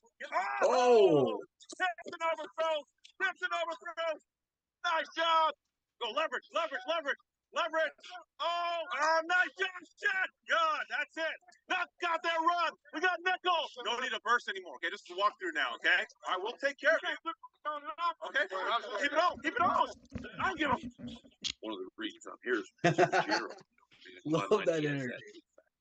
Last year we bought into his scheme, and Dom. the defense that we had, man, was ridiculous. And then now with the pieces that is here, why not? I've said before, I think the players here will love playing for him. I saw it happen in Denver in 1 year. The players loved playing for him there, and that's a big part of it.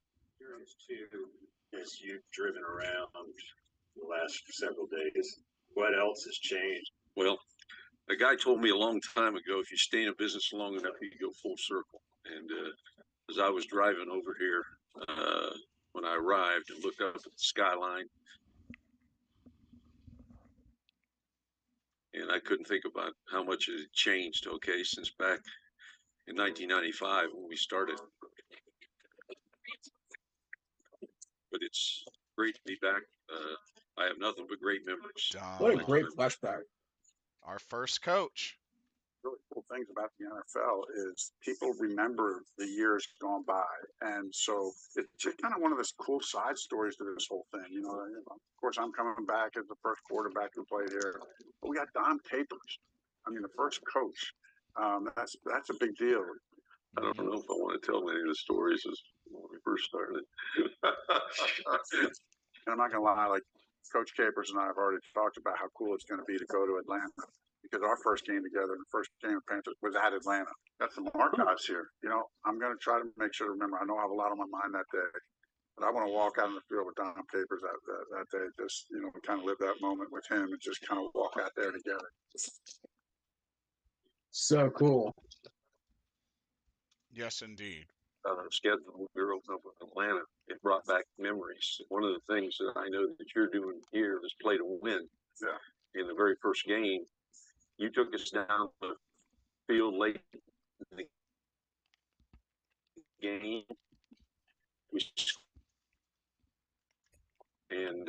We were down. Says, you know what? We have a chance to win our first game. We're going for 2. I love the Doc. I know the play we had called came open, but our right tackle jumped off sides, and we had to Oh, kick the extra point. yeah. I know, and I give you credit because you're ahead of your time. That was 95. The analytics weren't like that back then, and you were in the very first game. True. That boggles my mind thinking about it. Yep. Our first game in call. franchise hit, go down, we're on the road, we're going for 2 to win the game. That was a mindset that you gave us, and love that aggressive mindset. How far we've come in what 28, 29 years. Yeah, that's amazing. Super cool, man. Super cool. Indeed. Got ads.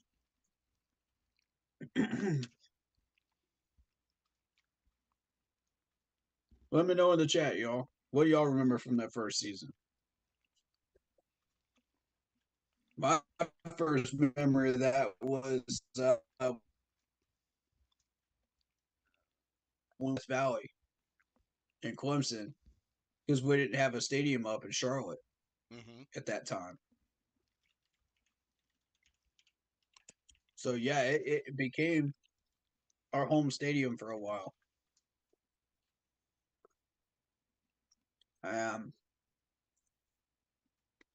As a Clemson fan,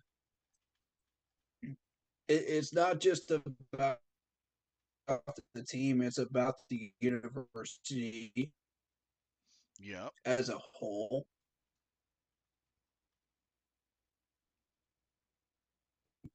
I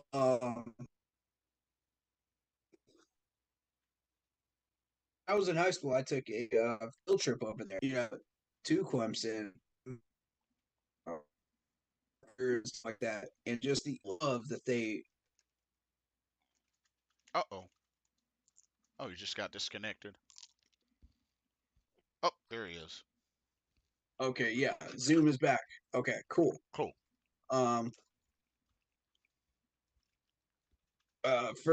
For those that missed that in Blitzball's chat, what do you remember from the first season that we ever played? Because my first memory was Death Valley and Clemson, and I remember learning about that, and I took a field trip in high school to Clemson University. I remember all the love and the energy that they had there. The professors were amazing, and it was just I fell in love with Clemson as a university, that day, and not just their football team, but their whole university. And I'm so proud that university hosted the first Panthers games, at home, because we didn't have a stadium in Charlotte. Right. I'm so incredibly proud of that because as a Clemson fan, it means a lot to me And we could have just as easily hosted that in Colombia, but we hosted it here. And when you walk into in the Death Valley, you get that same energy you get when you walk into Charlotte, in Boa. Yeah. It's Sure that do. same energy. It's like, whoa, there's something special here. You know what I mean? Mm-hmm. There's something unique and different here about these places. The love, the energy, the passion, the you know, the mantras, just all of it. It's just incredible. So that's what I remember, not just the players, not just the coaches from that first season, but just that energy and that passion and that love. That means a ton to me as a Panthers fan today. So when Yes. I look at, Don Capers and Josh McCown and all them, talking about, past history of the Panthers, it really does have that energy about it. Yeah. I love that. You know, I'm starting to feel it more and more as I watch these clips and stuff like that, Mm-hmm. leading up to the blueprints videos. And I'm loving it. I'm loving it. I think a big memory for So me, a big memory for let's me continue. was I know that it took a while, but you remember when we got our first win against the Jets? Took a while, Mm-hmm. but I tell you, that really just was like, okay, we know we can win. Let's see where this takes us. And if I remember correctly, we won three or four straight before we ate another loss that first season. But Yep. There was just something about that magical second year that we had. I mean, it's the most ragtag group of people, just hmm like it was in 14 and 15, hmm just like it is now. The most ragtag group of people. And somehow they made an incredible season out of it. yeah, who would have Oh thought? 04, 05, you know? Yeah, And I think that's the formula. I think that's the winning formula.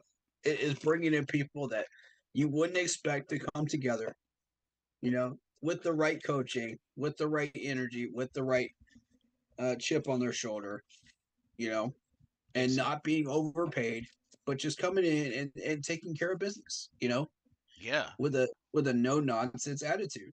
Not to mention, who would have thought? Like first year going from 7-9 to the following year 12-4, finishing the regular season on a 7-game win streak. Mm-hmm. And that playoff win that that propelled us to the NFC Championship that second year. Oh yeah, Incredible. the big win over Dallas. Yeah. Humongous. Oh yeah. All the Dallas fans were fuming.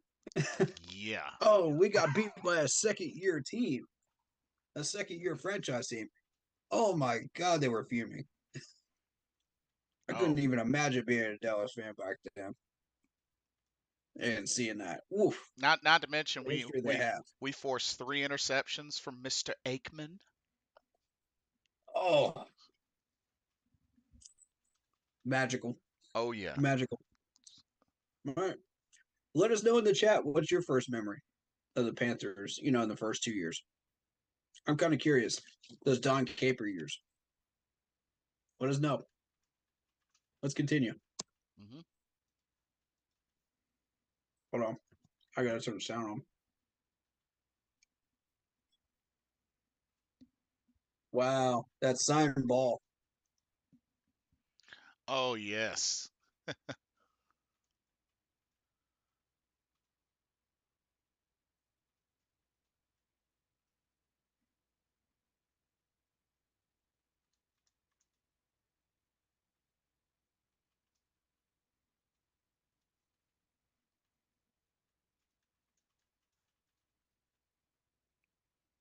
Oh, did I lose you? No, Oh, no. okay. Because I couldn't hear I'm the. just watching. Oh, okay. I couldn't hear the sound like it was before. Okay. Wow. Sam Mills. Yep.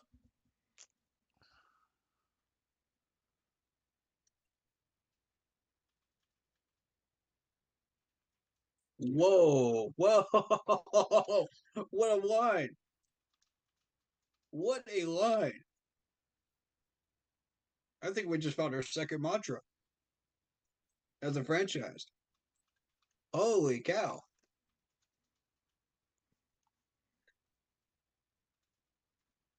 Whoa, whoa, whoa. Let me back that up for a sec, man. Wait, wait. What part? What part did you get to? Because I can't hear your They're talking background. about Sam Mills. Oh, okay. Gotcha. I want y'all to see this one more time.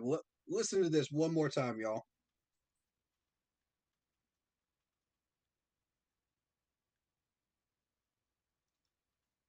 Wow. What makes the Panthers great is their drive. Y'all hear that right? That's our second new mantra, man. That's what's That's up. our second mantra. No doubt. That's amazing. I love that. And it's a Dodge poster. Dodge Ram. Right. You know, he's promoting the Dodge Ram. But what a line right there. And it's so right. It's so dead on. Because if you think about the games that we really pushed hard and won in, what Mm-hmm. was the common factor? Their drive to win. Yes, exactly. Fantastic poster. Love that. I want one. I want one and I want to hang it up on my wall. Somebody find me a way to get one of those. That's going in my office. That is a beautiful poster. I will say that. Fantastic. Wow.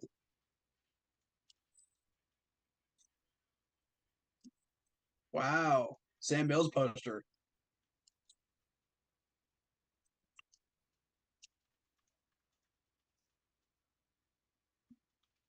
Mm.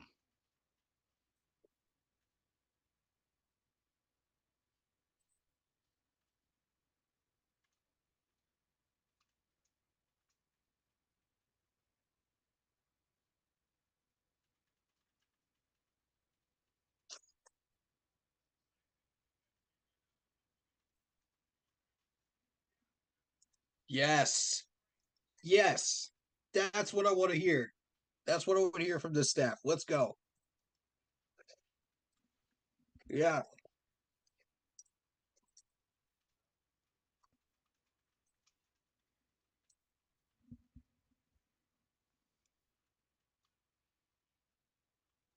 These guys are hungry. Luke.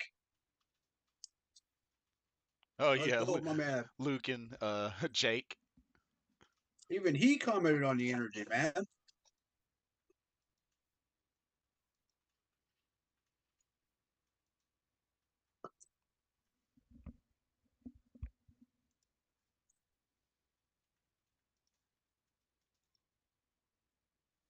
Facts. Mm-hmm. Woo!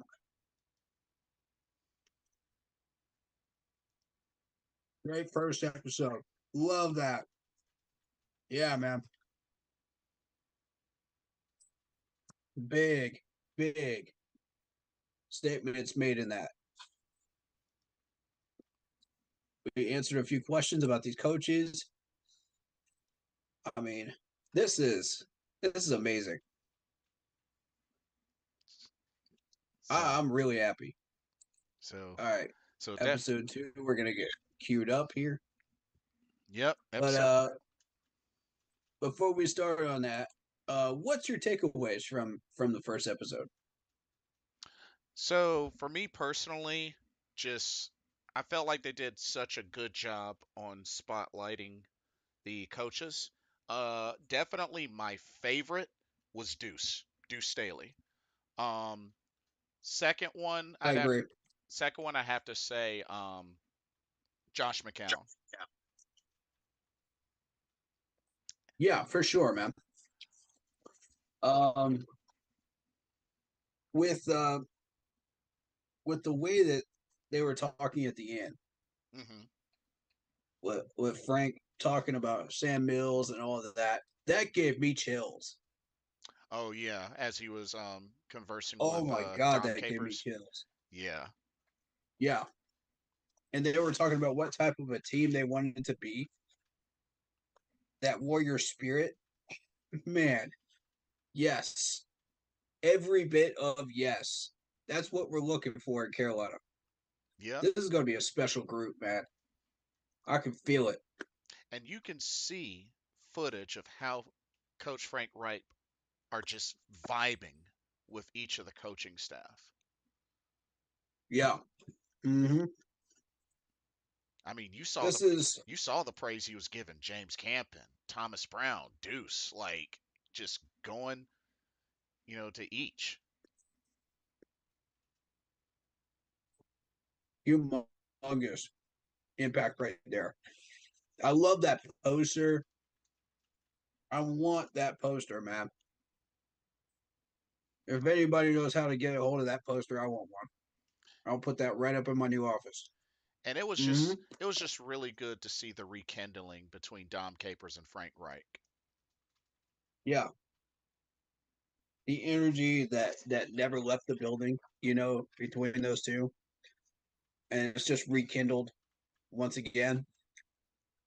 Oh yeah. Oh man. Adding fuel to the fire. And that's what this offseason process is just adding fuel to the fire. That is going to be the roaring, huge fire of the Carolina Panthers going into the regular season. Indeed. And using Sam Mills as kind of the blueprint and who he was Mm-hmm. is a great start. You even heard Luke Kuechly say the energy in practice was incredible. Oh yeah. Luke Kuechly said that. It came straight out of the horse's mouth. And to me, when I think of the perfect person that represents the Carolina Panthers, first off, I think of Sam Mills. Then I think of Luke Kuechly immediately after, because everything Luke Kuechly was modeled after what Sam Mills built already. Mm-hmm. Agreed. Mr. Gemini, what's up? Welcome to the stream. Good to see you. Mr. Gemini says, I'm loving it. Everyone is having fun. Absolutely, man. You can feel the energy while you're watching this, and you can just, it's just fantastic. I have my popcorn ready for this, man, and I just plowed right through it. Oh, jeez. He must have been really hungry. Oh yeah, yeah. For those that don't know, I do food deliveries and stuff like that. So what they don't tell you about that job is it makes you want to eat everything in your refrigerator after you work.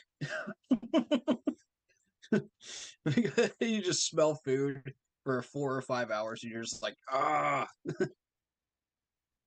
But it is what it is.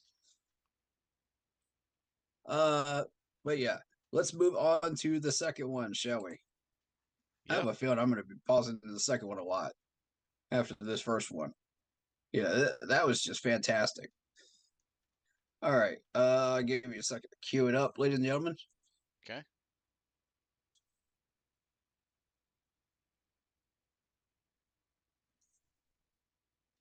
But man, great energy so far. Great. Yes, indeed. I love this coaching staff so far. Love it. Still got a few questions about Ajaro's methods, but as far as the rest of them, no questions at all. Which is fair. Happy with what I'm seeing. Very, very happy with what I'm seeing. And I have a feeling I'm about to be happier watching episode 2 and 3. Mm-hmm. So, all right, everybody ready? Yep. Get up in 3, 2, 1, let's go.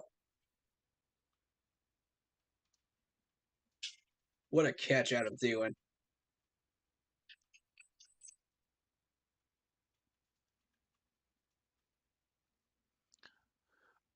And to answer Mr. Gemini, what do you think about Hopkins? Luxury. We don't need him.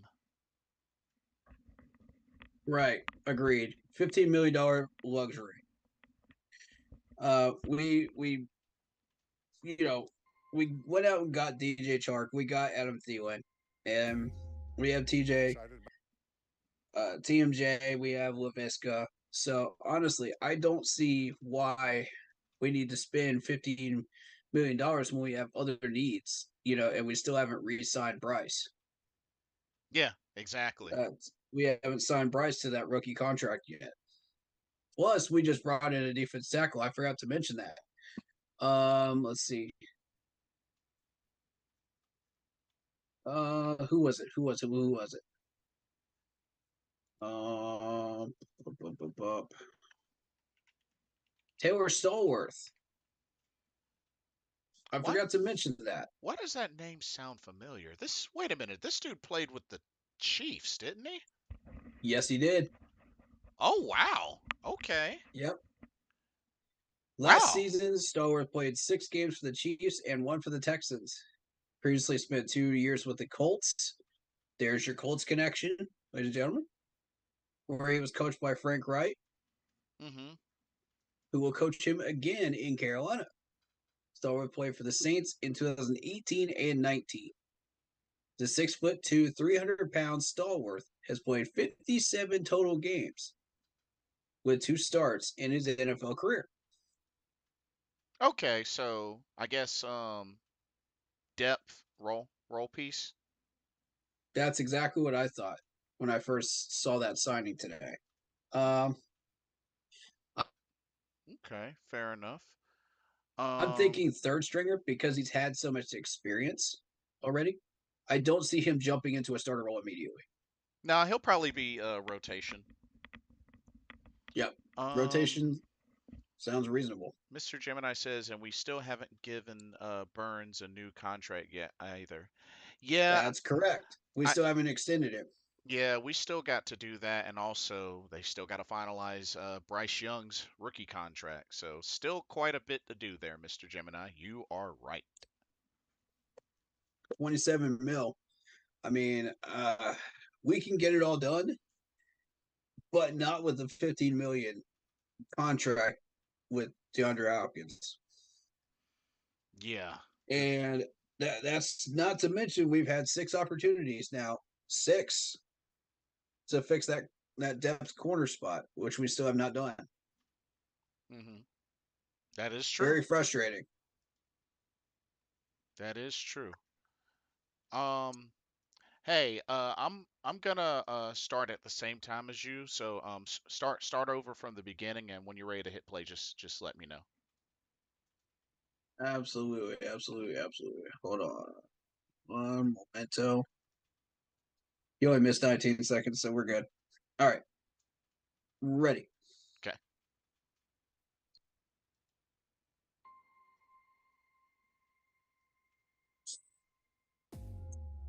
Excited about how the roster is continuing to be built. Free agency. The message that that's sending to our fan base. The message that that's sending to our team, our coaching staff. Speaking of messages, pause that for a second. We sent a big message by moving up to number 1 and drafting Bryce Young. That says we are ready to make that leap. And the second message that sends is the media hates us. They've been consistently throwing us under the bus, doing all kinds of things to derail us. Yes, and this is true. That trade up to number 1 says we will not be ignored any longer. Pay attention to us. Exactly. Stop ignoring us. Stop throwing us under the bus. Pay attention to us because we want to be number 1. We're fed up with it. And it's time for a change. You know, we were number 1 once in 2015. Right. This is true. We were in the Super Bowl in 05. We were number 1 then. It's time to return. Time to reclaim to where that we throne. started. Yes, indeed. And that ties in with exactly what Frank Wright and Don Capers are saying. You know, we want to be number 1 again. So it sends an immediate message to everyone around the league. We are done screwing around. We're back. Indeed. Be on notice. So I love that Scott did that. You know, he's on target with everything lately. And that, most importantly, was the biggest message that he could have sent in the biggest way possible. You know? Absolutely. You know, the Panthers are officially off the leash. We're ready. We're ready to work. And God, I love that move. It just sent shivers down my spine. You know, when I realized the message that we were sending. Because it says, look at us. We can do this. Hey. We're not backing down from this challenge. That's what being aggressive is about. Mm-hmm. We're not backing down from this challenge. They themselves have said we are an aggressive franchise now. You heard it straight out of the horse's mouth. I think it was either Frank or Scott that said it. Mm-hmm. Straight out of the leaders' mouths themselves. We're done screwing around. Let's go get it. Let's go get it. Let's continue. All right. We mean business. There it is. You heard it. Straight from Frank.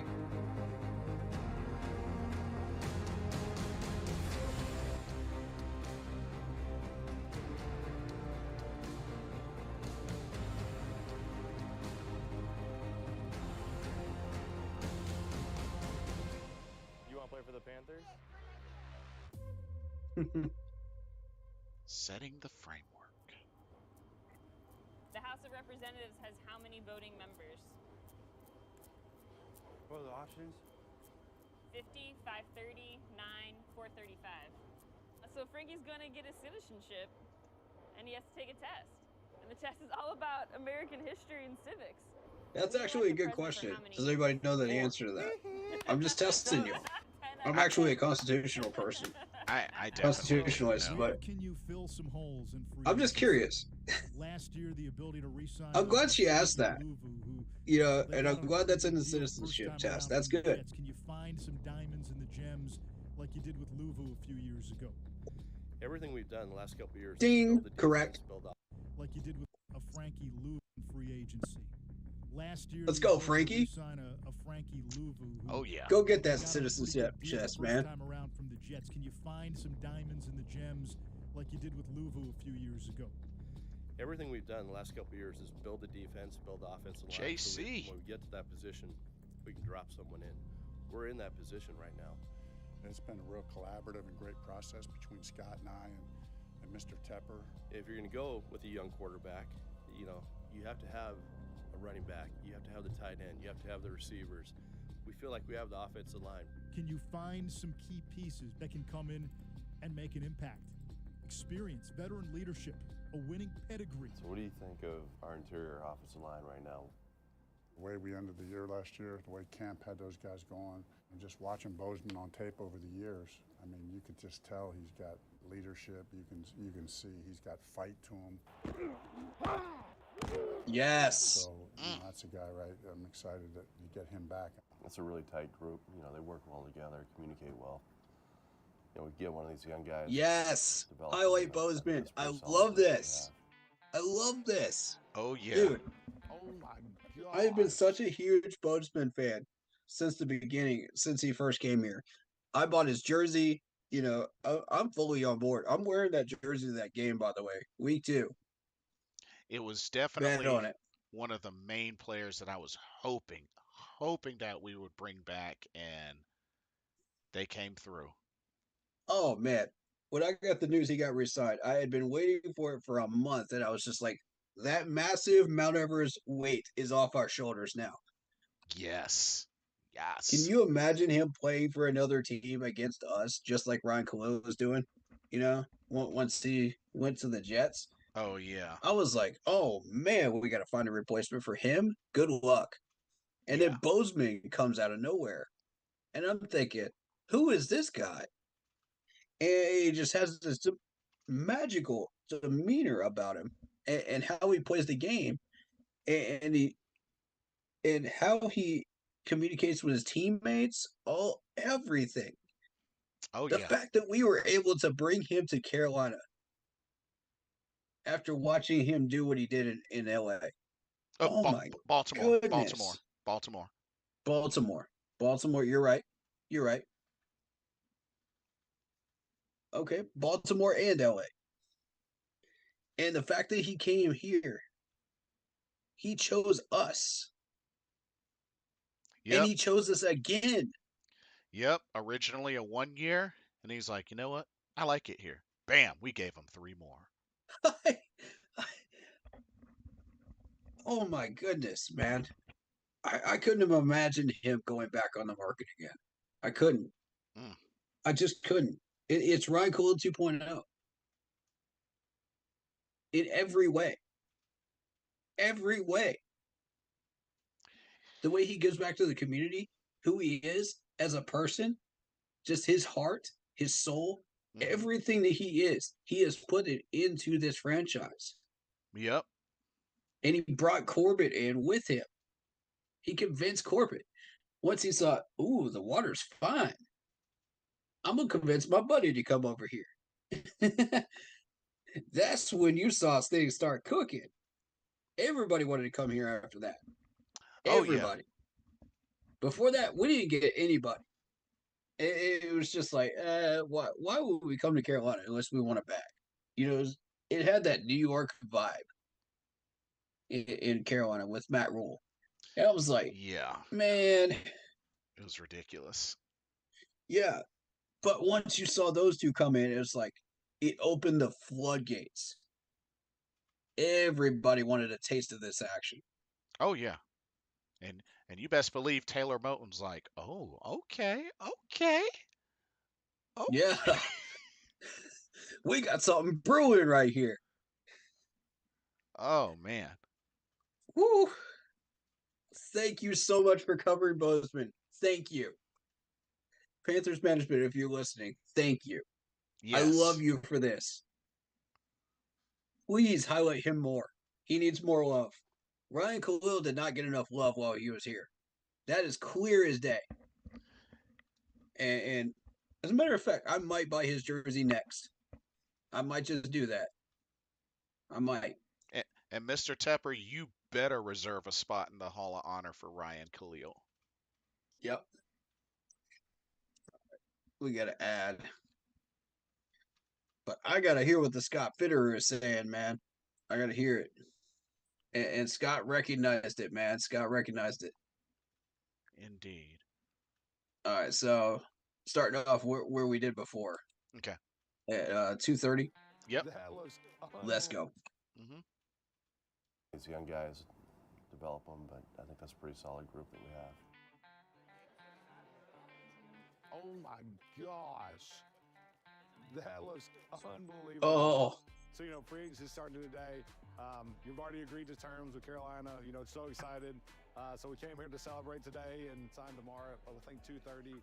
Yes. Celebrating over Yes. some barbecue and a beer. He was one of the reasons why our running Oh game my God. capacity The improved. energy. Just the way he plays. The energy from the day that he was resigned is back. It's back. We're number one. Oh, yes. He's a leader. Thank you for putting this in That's here. what you need from that center position. Oh, I'm so hyped now. We're so excited Indeed, to get that guy indeed. back. He means I'm so much so hyped. to us as a Dude. team, not just the player, but the person. Oh, yes.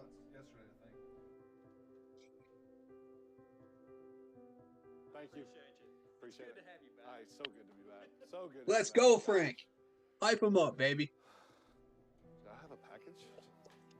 I mean, the first thing I see is yes. the game ball for my son. Yes. With his birth weight and his height and everything else and his name on it.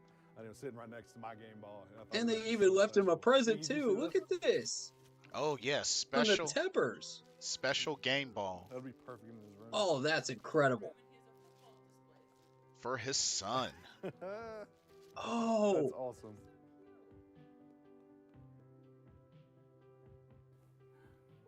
My heart right now. My heart. It's pretty special. It's Oh, really wow. special. So I'm excited to see his journey and how. Y'all forgive me. I'm getting a little emotional right now. Hopefully bring him along. Holy my journey cow. A little bit. Even got the date of birth, the weight, and all that. Full Yeah, name. Absolutely. Oh, man. You know, that's what I do this for. That might as well be a birth For certificate my football. family, for my future family. You know, that's what I've always. That's Wow. what I'm striving for. So, man, you're making me get emotional with that question. But that's what I do it for. So it's absolutely, this year's gonna be special. To be able to get him down on the field and hold him on the field. We did a little photo shoot this season for his newborn photos and had my jersey draped over his back, and I was just bawling like a baby. He's adorable. That's what you do it for. You do it Indeed. for your family. So, yeah. I mean, obviously, there's been a lot that's happening since really January. Draft meetings, then into the pro free agent meetings, then to the combine. Then Oh, pro my free God. agency, back with the draft. That's meetings. awesome.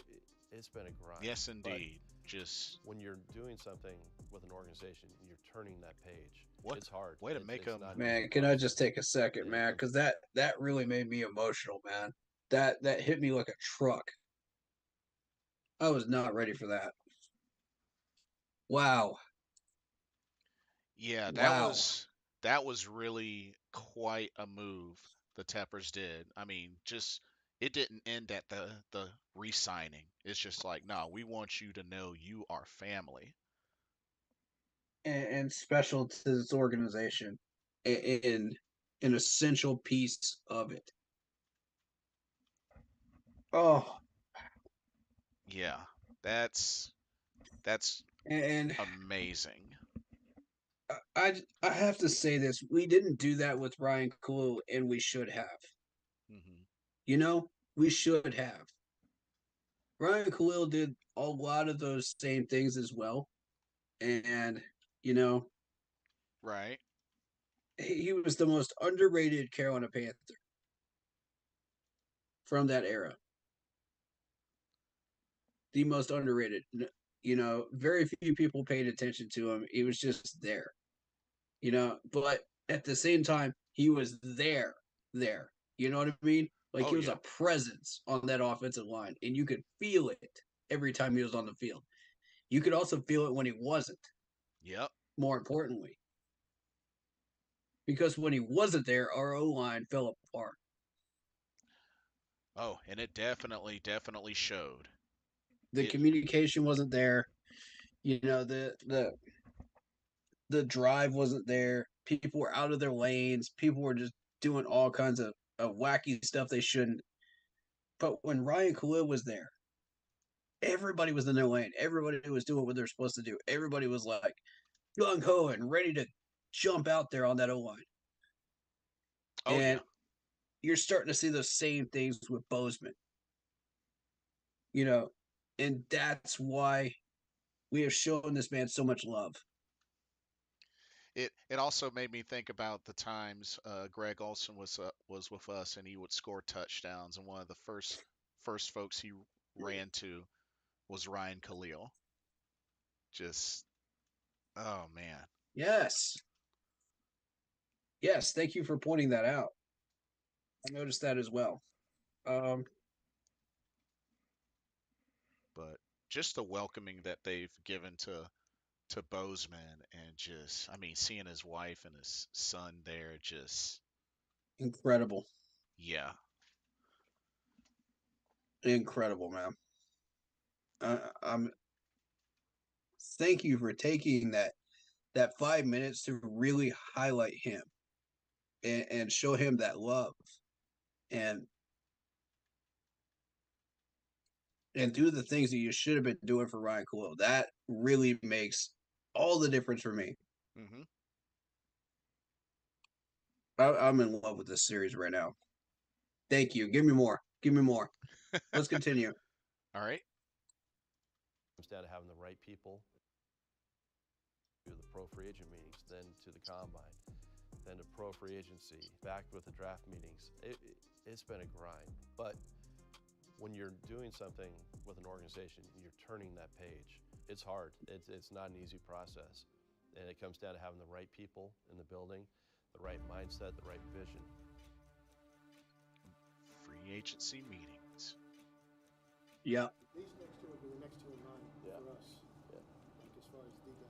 Like I love Miles Sanders. Can run inside, outside. He's good at all schemes. This guy's only 25. Has good vision, balance, body control.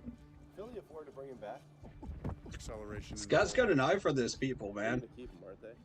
Yeah. Sources Yes, he say does. Miles Sanders, the former starting running back for the Philadelphia Eagles. He was originally a scout. Yep, sure was. He's really, in a lot of ways, a complete back. I love this guy. He runs his ass off. Scott was like, Philly's not going to bring him back? Well, shoot, don't mind if I do. That side. A running back, a good player, obviously, as a runner, but also can catch the ball out of the backfield. I like Miles Sanders. Oh, yes, has amazing hands. Explosion. Good. Hopefully, whoever comes here just knows it's time to work. We're not rebuilding nothing over here. We're trying to get straight to it. You heard it from the man himself. We're not rebuilding anymore. We get straight to it. Yep. We sent that message right loud and clear when we got him. It's time to work. He's already got that mindset. I love it. He's already got that energy. That I want it. Let's go, Miles.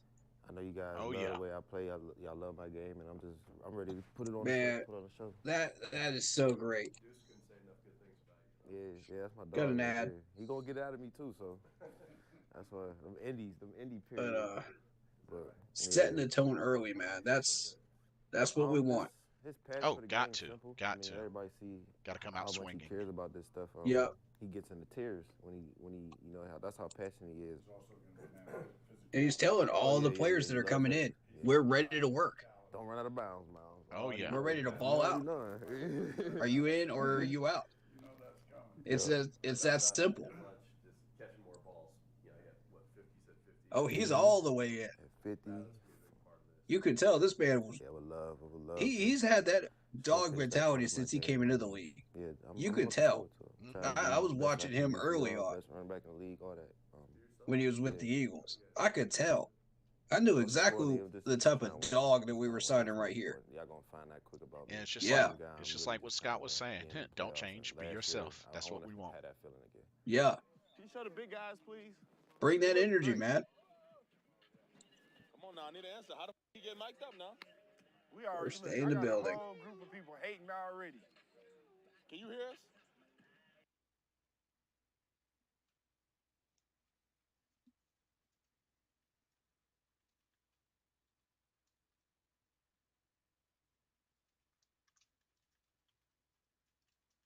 His passion for the so try and be best at playoffs. And last year, I want to have that feeling again.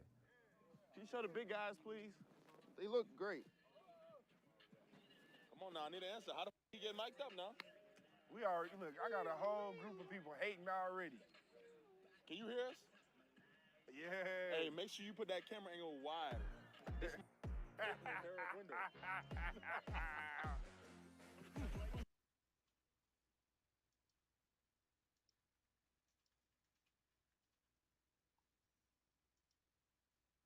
Some news out there, the Panthers, they're signing former Saints tackle Shy Tuttle, 3-year deal. Shy's big guy, big boy. I was about to fart, but you ain't want that. I always breathe hard. Bro, I hit you in your face? My bad. Hey, Coach, I mic'd up today. So you actually might do something? Hey, this is our D-line coach right here. He's pretty much an asshole. Never been mic'd up before. How about we practice one bag at a time?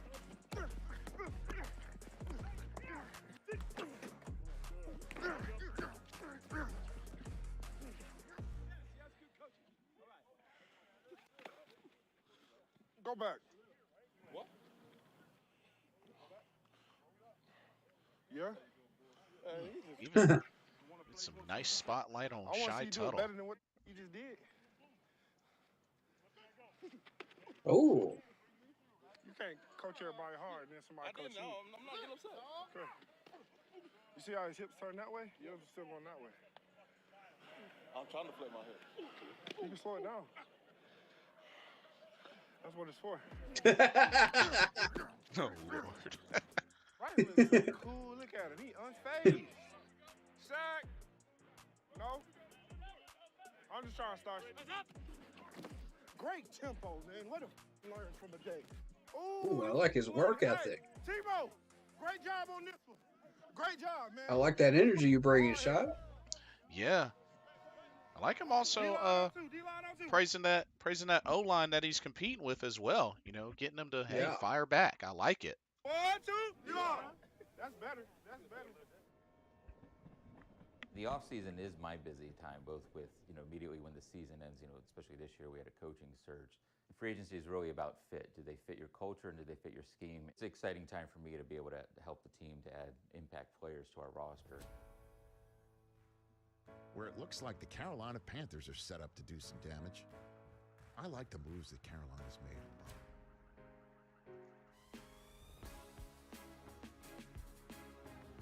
You enjoyed Carolina so far? Oh, yeah. I lived there for 13 years, so raised my children there. It's crazy. Let's go young with the players, but let's have an experienced staff who's been through the battles, seen the wars. They're both very important. Dan is the guy that I can ask any question. I know I'm getting an honest answer. I mean, the guy cannot lie. He's really good at what he does. And I like him. He's talkative. Brutal honesty. He's another guy. He lets you know what he's thinking. Oh, Shy? Yeah. Yeah.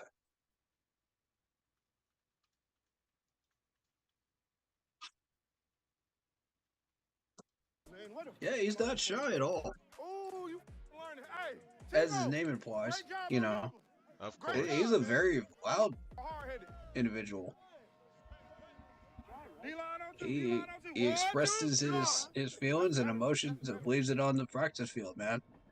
I like that. Is my busy time, both with, immediately when the season ends, especially this year. He brought that energy Free agency is really about that fit. you Do they want. fit your That culture? Do they fit your scheme? It's an exciting time for me to be able to help the team to add practice impact players energy to our roster. and that drive Where it looks like that the you're looking Carolina for. Panthers are set up to do some damage. And I wanted a good first impression of him, and I got it with that right there. So what this Blueprint series is doing is it's giving me first impressions of these players even before I see them in training camp, which is great. Absolutely.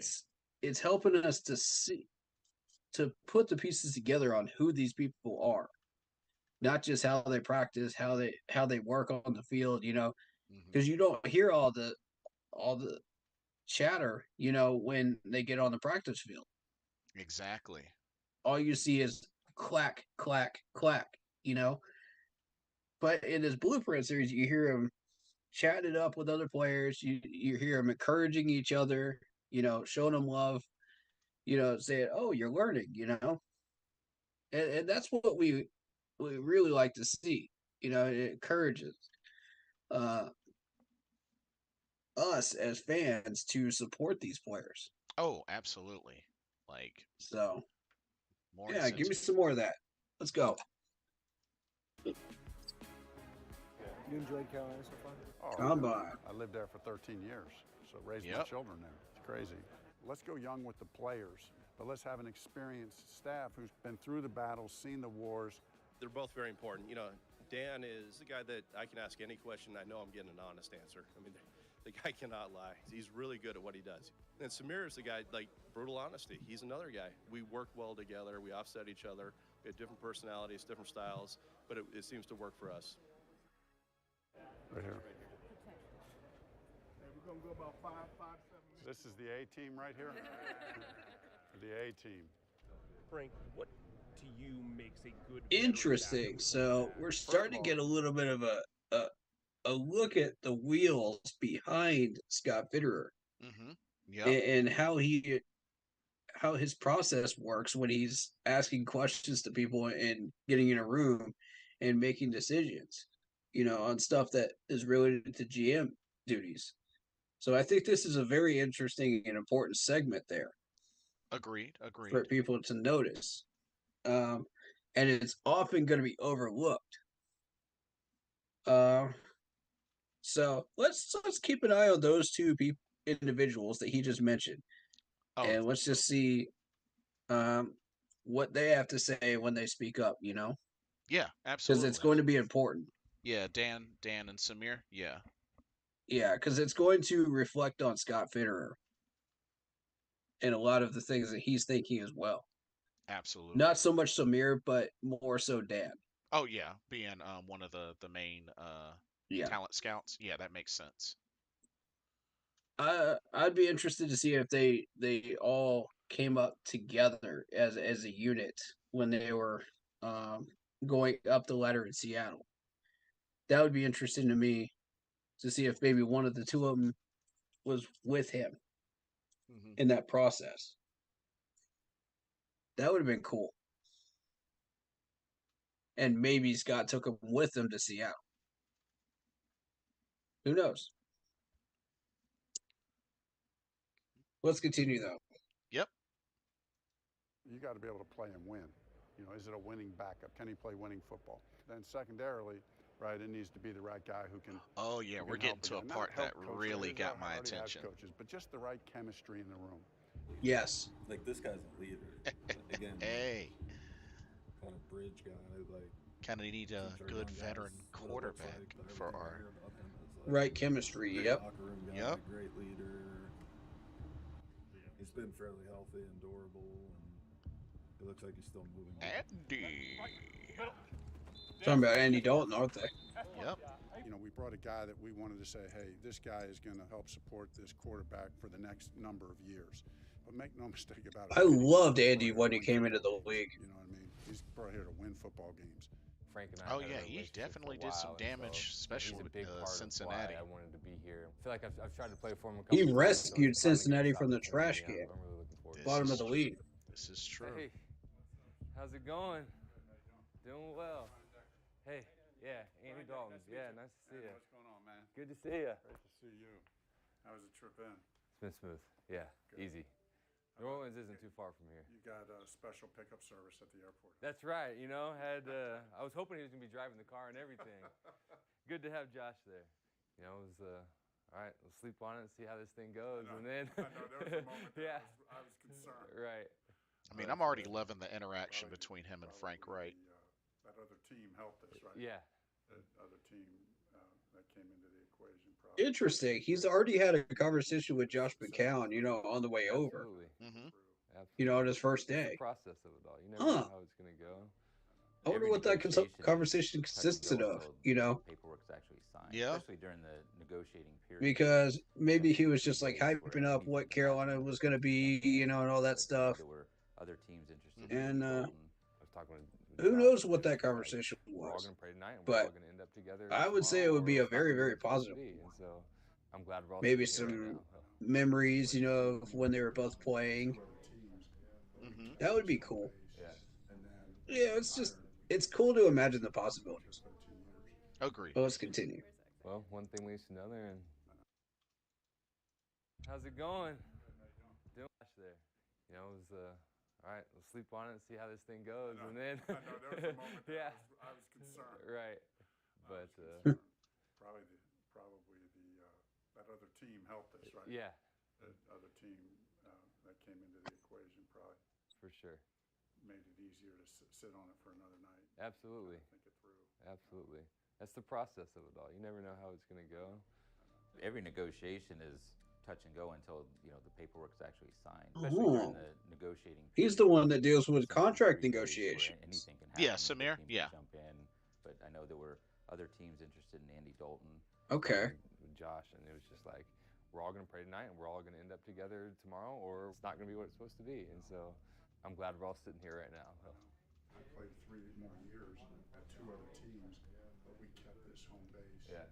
And then when I retired, we kept this home base, and we lived here 13 years. Well, one thing leads to another, and now you're the head coach with that Panther on your on your shirt. Where can you fill some holes in free agency? You can always upgrade at wide receiver. Certainly last year we saw there was a need for a pass-catching tight end. A lot of options on the open market. Let's go to Hayden Hurst. Yeah, former first-round pick, traded to Atlanta and then signed with Cincinnati last March.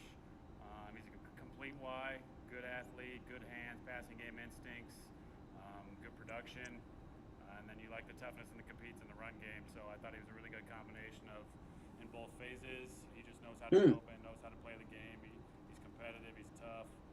How many catches did he have? 52. Ah. He did. So he's the 50 catch guy. 50 catch guy. 50 catch guy. I like all those things that they were saying about him, and I find that to be accurate after watching him. Oh, yeah. 2 key ways to be a playmaker, right? You can do it with speed. Yeah, he's a very interesting person, not just as a player, but a person. So to be good in space, to be good Exactly. as a contactor, big ways to get first downs.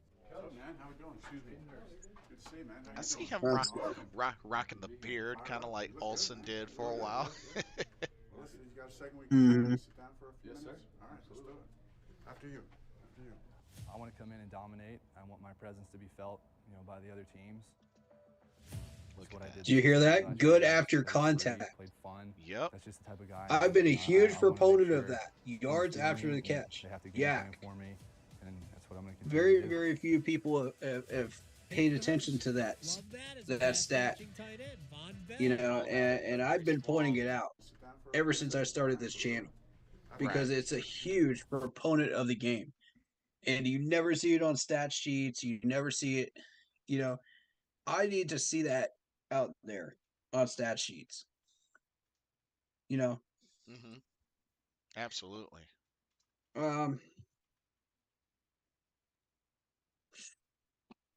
There was another one that I on the defensive side that I wanted to see that didn't end up on stat sheets as well. And I don't remember what that was offhand, but I'll probably think of it. But Yak was the big one. I've been huge proponent of that, especially with West Coast offense because West Coast thrives on the Yak. Yes, that is true. That is, you make a good point there. Yeah, RPO as well. So. Okay.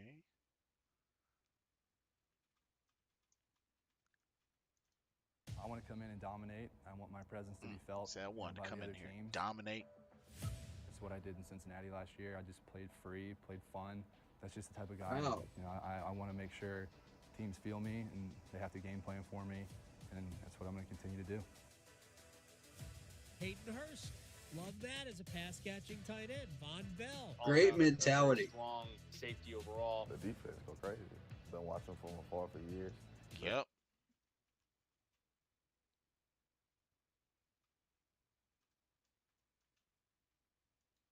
You still at Hurst? Wow, Vaughn's been paying attention to us. Crazy. Been watching from afar for years. Yeah. Vaughn's actually been paying attention to this defense. Team Wow. Shoot, I'm a big loyal guy, so I stay with my brothers. You know what I mean? I definitely want to win a Super Bowl. So but before we even signed him, he knew who we were. Yep. That's unique. I have not seen that happen before. You never hear that from a player coming into Carolina.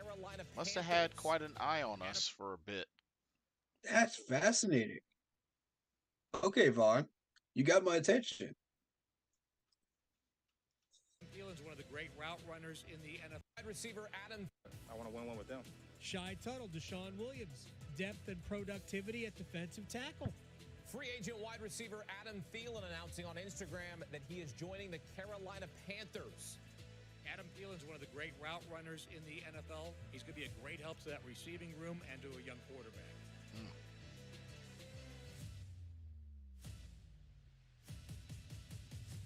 Adam Thielen out there looking like Ricky Pro. Guys that have caught balls in the game. Yep.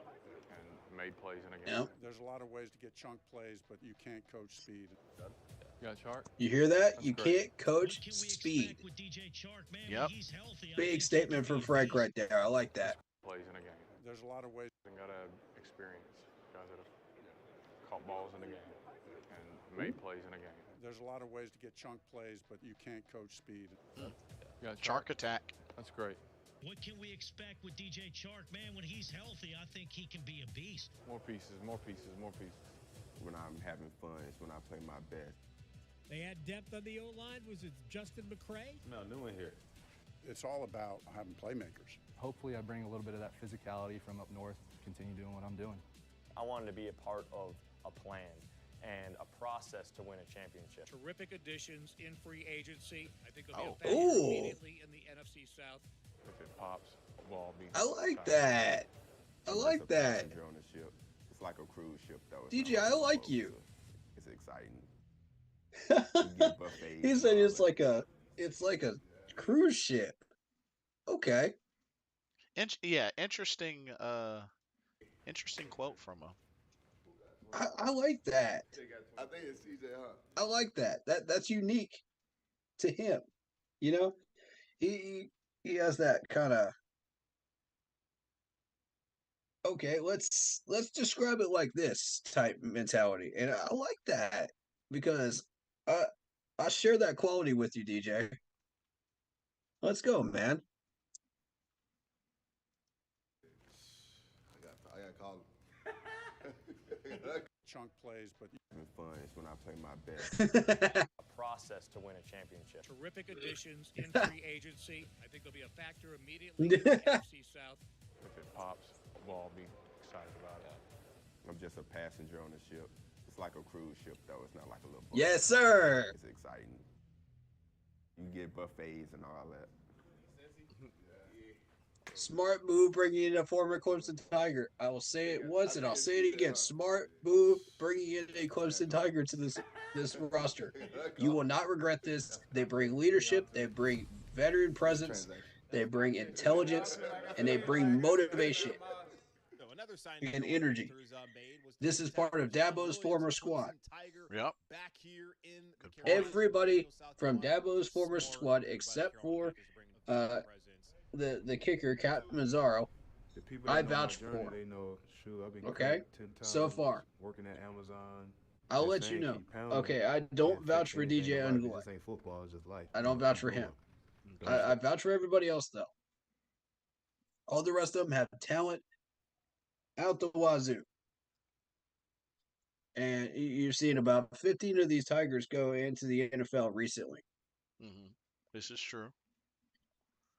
When you're investing in Alabama players and Clemson players, you will not regret it. Also, note that the Charlotte Hornets just drafted an Alabama player. Yep, I did hear First about round. that. I heard. Smart move, Charlotte. You will not regret it. I'm telling you, Alabama is top grade as far as turning out top talent to the NFL and to the NBA. Smart move. They're intelligent players, they're smart players, they're humble players, and they're kind. And more importantly, they ball out. And they bring an NFL type energy from their respective colleges. And from Saban and Dabo.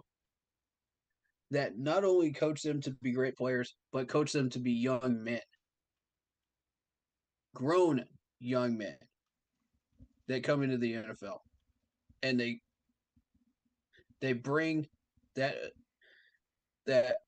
electricity with them. To the locker room, the field, to the stadium on game day. That leadership, you cannot put a price on. Speed, you cannot put a price on. It cannot be coached. It has to be brought out of the shell. Yep. Yeah, definitely cannot coach that. They have to unleash that themselves. Yep. Frankie, you're up next, buddy. Let's see you come out of that shell, man. I want to see it, man. I see it. I see the dog in you, bro. I see it. Come out of that shell. Show us who you are. Okay. What part are you at? I think I might have gotten ahead.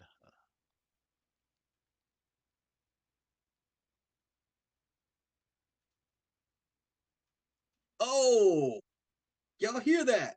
Y'all hear that, right? That's the name. That is what I based this channel on right here. Is that mantra? He already gets it. This man already gets it. He's lived it.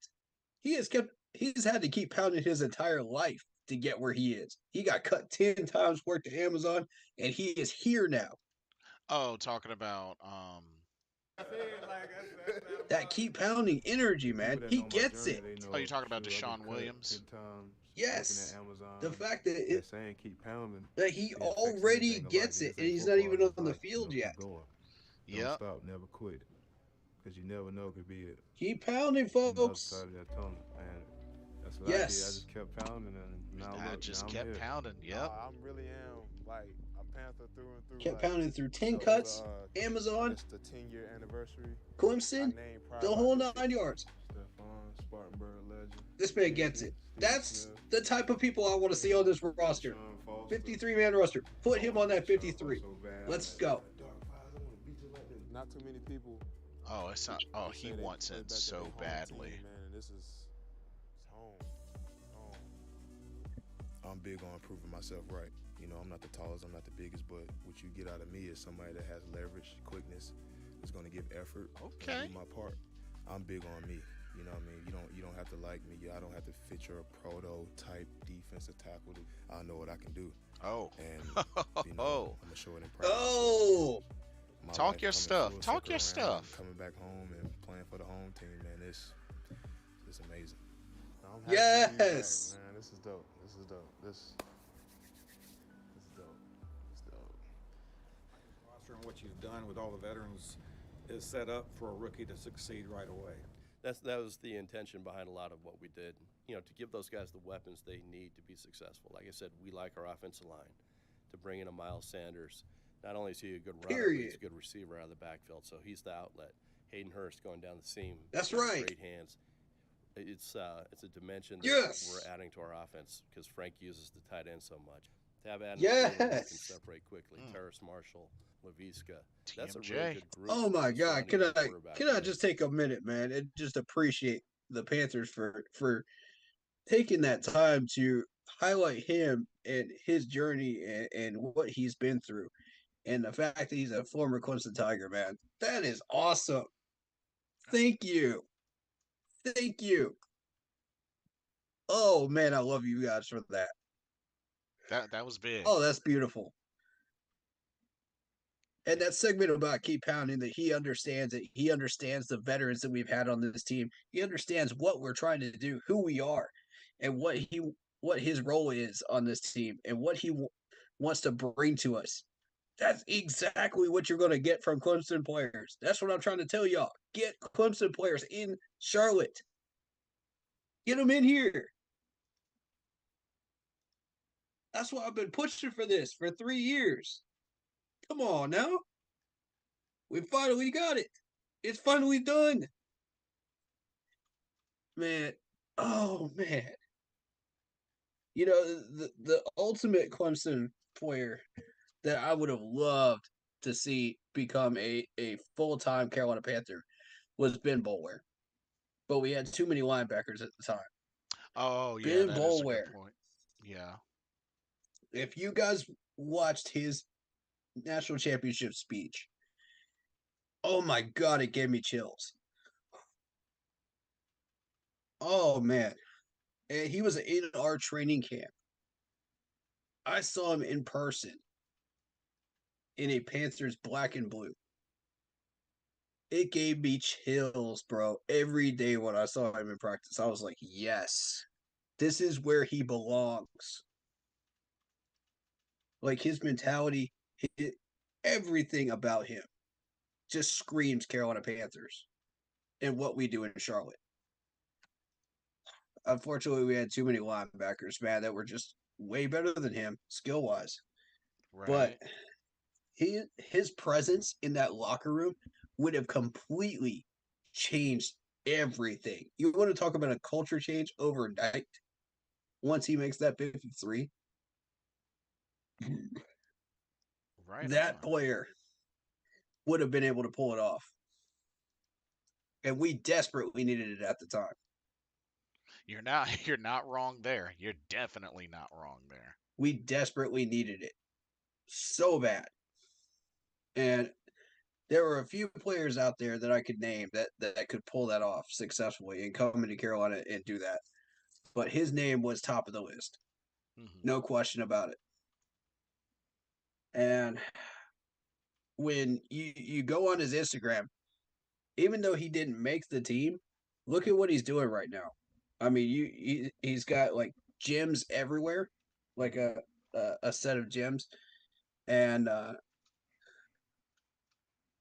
a matter of fact, I'm gonna try to find that. Hold on, real quick, because people need to see this. People need to hear about this man right here. This is an inspiration for everybody. All right, let's see.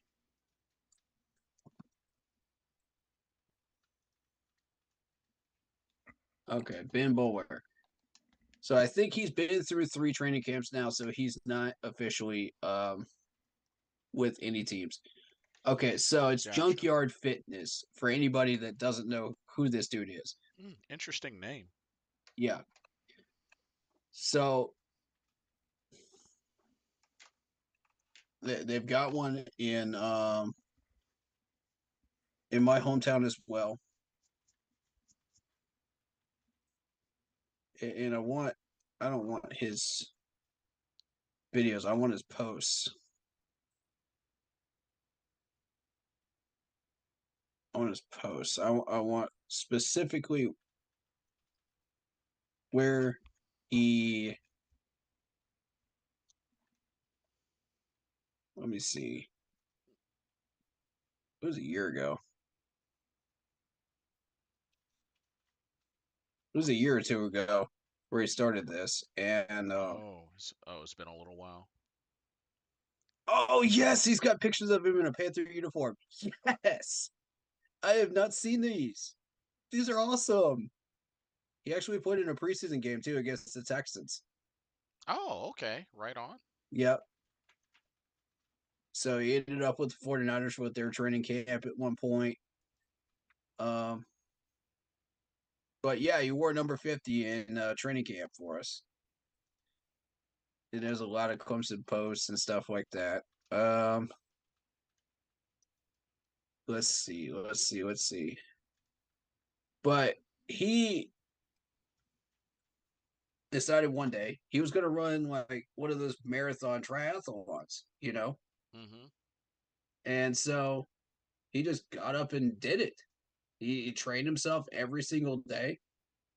He just became a absolute monster to where he could handle all of that. And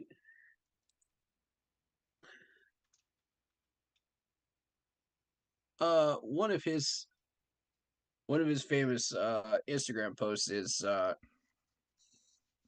you're always going to have people that doubt you, people that are going to look at you strange and say you changed, like you worked this hard to stay the same. Mm-hmm. Block out the noise. Message. I mean, go look at his Instagram, ladies and gentlemen, because you're going to see a ton of stuff just like that.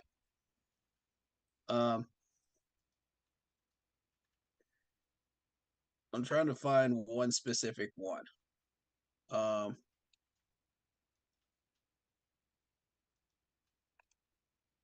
Where he just randomly decided to do the triathlon thing.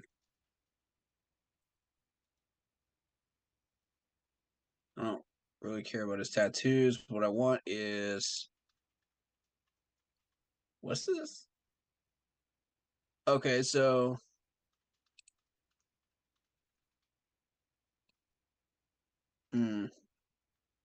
I know it's still here. I know it is. It's just been a while since I've seen it. But this is worth your time, I promise.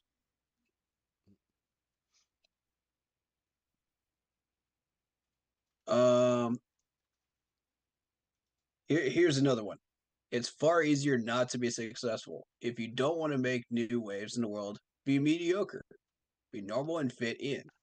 Ouch. But that's not who we are, because we are unique. We are uncommon. And we are the junkyard. That's exactly what his business is. You know?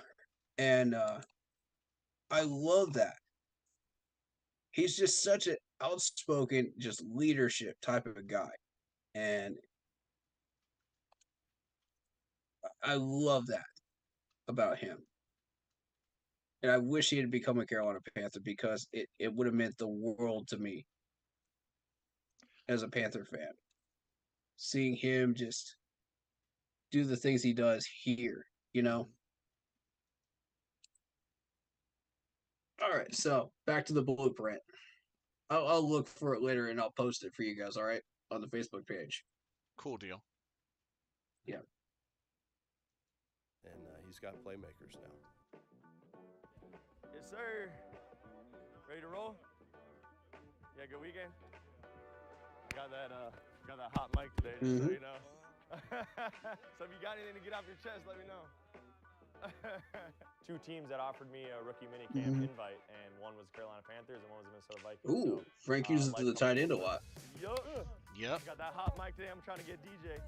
Got just the guy. There's a place I would go. It's this place. Couldn't be more excited. OTAs. What up, bro? You get that mind right today. That's the people. Panthers and one was the Minnesota Vikings. So life comes full circle. Got that hot mic today. I'm trying to get DJ. There's a place I would go. Adam Thielen. Couldn't be more Mic'd excited. up. TMJ. There he is. What up, bro? You get that mind right today. That's the people pleaser. You look like you chilling today. You look like you going there to chill with them socks on. Hey, Coach Jefferson borrowed you them socks. Wow. Yeah. Here we go. Here we go. Lock it in. Lock it in. Dang it. He's excited to be here. Oh, yeah. Eventually, I Run want to the get this routes. route here. Hell yeah. I scored against the Panthers on that route. Yeah, did you? Yeah, in the corner of the end zone. I want to hold you. I told you guys, I'm competitive now because we're in this competitive stage of it, right? Yeah. Let's go. You gotta have that mindset. Oh, yeah, Have that Coach mindset. Jefferson. Yeah, that's what I told you earlier. You make mistakes, About what? it is what it is. About the mentality, man. Yeah. You guys got the skills about the mentality. Yeah. I know, you know what I'm saying? Like, you went undrafted? Yeah. Mindset. What years this year? 11. Had to be a mindset. Now, talent plays a part in it too. Yeah. But just think about how many guys they drafted to take your position, man. You can feel good about it going home at the end of the day when you give it your all. It don't matter what. It's not about the results. It's about mentality. You go out there and you give it your all, you can feel good about it. You know what I'm saying? Yes, sir. Have a day, bud. I like that connection between Thielen and TMJ. You definitely don't want to see me on the street ball court. Facts. Go crazy. Facts. Thank you. Thank you for pointing that out. Nobody else has done that on the coaching staff so far. This man has. Thank you. Same mindset. If you were drafted this year, whether you were drafted 11 years ago, same mindset. Yep. Let's go. Competition mindset. Yep. Dang, bro. Yeah. Got me tired.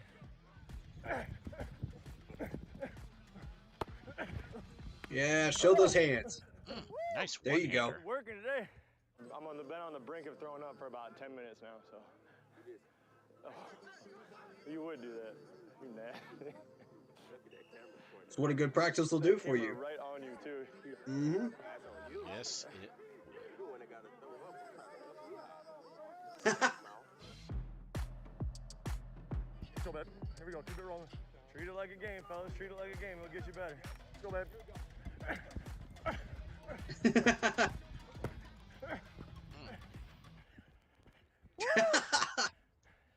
Got them all turned around there. Good job. I love that route. Good timing. Treat it Guy like that's a so game. savvy like that knows how to separate. I like that. And then we also want his Good influence in mentality the locker room. with He's OTAs. such a leader. Oh yeah. Keep doing your thing. Whatever they call Also for like you, make the the most of it. I was really impressed with the guys. the There's so back much and forth command between him respect. and That he's what our Shark team Attack. needs right now. Keep competing. Keep competing. So what were you saying? It doesn't matter. I'm sorry, I had to mute it for you. I was saying that I like the interaction between Thielen and DJ Shark Attack. Yeah, definitely. Great chemistry between those two already. Yep. That's good. He's an open encyclopedia. If I was young guys, I'd pick his brain every time I get it. Shoot, I'm learning from y'all too, though. I'm learning from y'all. We're in this together. Yeah, go I for it. agree. Keep stacking. Yep. Blessed on three. 1, 2, 3. Bless. The players are back in the building for OTAs, some old and some new faces. Panthers have addressed a lot of their needs with free agency. They still have the draft. The house isn't built, but the foundation looks pretty Love good. that. I Love don't that. know if Absolutely awesome.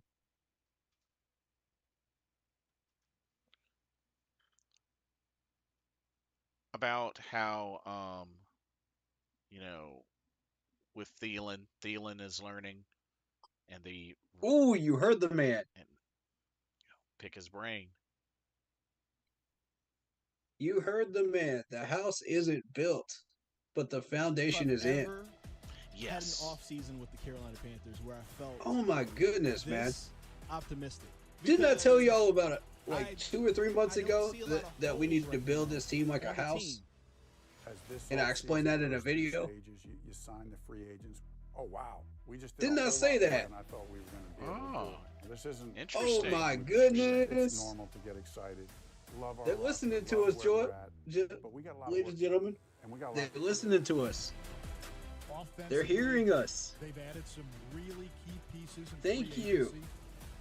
Thank you. I am humbled and blessed to be heard by this organization. And for the right reasons, you know? Yes, absolutely. Thank you so much. Great young players and What an honor. veteran players here. You know, we're just out here just trying to This coaching staff. give you the best Panthers content we can and advice that we can. And I'm so humbled and thankful that you decided to hear us and take that advice, you know? So I'm just an advice man, you know? I'm just another Panther fan, you know? And if I could be helpful to this organization to help build it, then I'm honored to do so. Oh, absolutely. Honored to do my part. So, and I want to eventually have my channel be the voice of the Panthers fan base. You know, for free, total education, you know, of the game and to be taught as well. So I'd say we accomplished all of those goals so far. And we're still accomplishing them every day. So very proud of that and very thankful for that. That we have we're accomplishing our mission as a channel. Yes, indeed. That's an amazing feeling. And I feel blessed that that's happening to us. So that's thanks to all of you as well as myself. You know, y'all have put in the work too.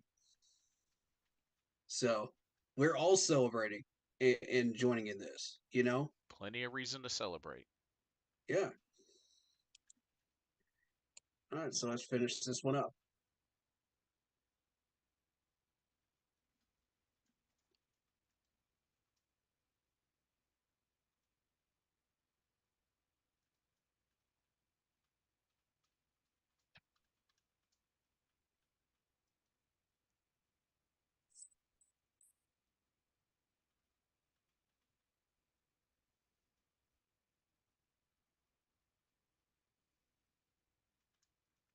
Mm-hmm. True.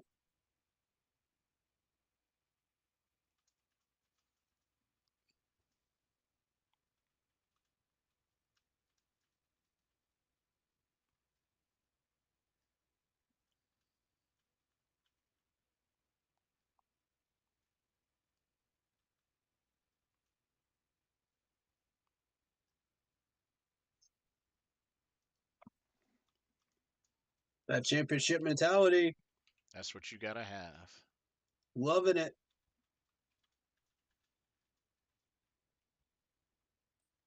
All right. So, what is everyone's takeaway from episode 2? I really enjoyed the spotlight that they did on the free agents and the re-signees, especially Bradley Bozeman, Adam Thielen, Mm-hmm. Deshaun Stevenson, Shy Tuttle. Those are the 4 that really stood out the most. I agree with that. The ones that were really special to me were Bozeman and Deshaun Williams, because if you think about what it takes to be a Carolina Panther, as far as mindset and and energy and integrity, everything that we want a Panther player to represent is in these 2 players. Mm-hmm. The energy and everything, the heart, the I don't even know where I really want to go with that Mm-hmm. that mindset right there, but you get the idea. It's just the entire blueprint of who the Panthers are is these 2 players, and I love it in every way that the organization finally took the time to listen to us and really show us what we wanted to see, what we have Yes. been asking for years. And it's for a good number of years I felt like I wasn't being heard by the organization. And now I feel like I am fully being heard with those 2 segments right there. And with these guys just being who they are, it makes all the difference for me as a fan. And it gives me chills knowing that, they're recognizing these players specifically. Yeah, You know? exactly. It goes a long way. And these are key Yeah. pieces, very key Yeah. pieces. And they recognize this. And that's what's beautiful about it. You know, I've been talking about what the foundation is for building this team, in many, many different ways. And what we want to establish, who we want it on this team, what do we want it to be? And this answers every one of those. Check, check, check, check, right down the board. And it's so fantastic to watch this all come together like this. And we're so close to having a fully decked out team that is ready to make a major, major run. Like, we are this paper thin close. And everybody could feel it. The excitement that we managed to do this in one off season is incredible. I've never seen anything like it in the NFL. I've watched Dave Gettleman put together a fantastic team in about 2 to 3 years, but it took time to do that. And everybody kind of realized that that's kind of the established way of doing things. But now in 2023, it's like Scott Fitter and the entire staff here changed the game on how long it takes to get this done. They got it done in 1 year. They're like, challenge accepted. Hold my And I'm beer. like, wow. I'm sitting here in awe. I really am at what we've created. This is just a majestic masterpiece. And you know, we never got this much attention when we were building that 14 and 15 team because everybody thought, these are just random pieces. We'll maybe put it together. Maybe we'll have a good season. Exactly. And we popped off 15 and 1, and it's like, whoa! It's like nobody expected that. This is true. I didn't even expect it. And I mean, we're sitting here in 2023. We're about to do it again. Yeah. We're about to do it again. And I'm just sitting here like, here we go. Y'all can keep doubting us. Keep doubting us. Keep doubting us. Keep throwing us under the bus. Keep hating on us. We're coming. And when we hit, we're going to hit you like a hurricane. Carolina Hurricanes. There's your reference. There you go. By the way, congratulations to the Carolina Hurricanes, man. Great, great season. I don't follow hockey, but I have been paying attention to you. Fantastic stuff. Episode 1 is about the coaches. Episode 2 is about the free agency, and episode 3 is about the draft. All right. Last one. I think I might have to let you finish it off for us because I got to get ready. Got to get ready for work, but finish this one out strong. I think what you're going to see will be music to your ears. Looking forward to it, man. Looking forward to it. Not gonna spoil anything, but you'll see what I mean. But yeah, I'm gonna go ahead and close out on my channel and let you finish on yours. Alrighty. But this was good. This was really, really good. Also, we'll be in touch about the training camp dates, and we'll get that figured out. Absolutely. Looking forward to that too. Cool deal. I'll let y'all know right before we start this episode 3 about training camp here. As far as what dates are available. I have blitz scheduled for the Saturday, and scheduling, just to be clear, means that you can join me at stream, and videos at training camp, and we can talk and compare notes in person. And training camp is still free. It just has tickets now. So yes, and but the scheduling part is for me specifically to meet me. And I sent you a messenger of the dates that I'm available for, that I'm all open for. Right. I think let's just do one and see how you like it, and if it appeals to you, we'll do more. Sounds good to me. Once you get used to how training camp is in the environment and the weather and all that stuff, and just get the full experience. You know what I mean? Oh, absolutely. And then we'll from there on. If you want to do more. Okay. Yeah, that sounds good. Cool deal. Dip your toes in the water, Oh, and, yeah. Shout out to Sully's Steamers, man. They just put a location right across the street from the training camp. Those people are going to be making some bank. I'm excited for that because I love their sandwiches, and it's a perfect place to go to eat after training camp. So if you're looking for a place, go check them out. Oh, yeah. I'm gonna have Much love. I'm not sponsored by them, but I just wanted to shout them out. Hey, have to continue to support these businesses. Yeah, I noticed that they put that location out there when I was looking at the Google Maps, and I was like, wait a minute. This is awesome. Because they just put one in my town recently, and I really enjoy it. So we get some deliveries from them.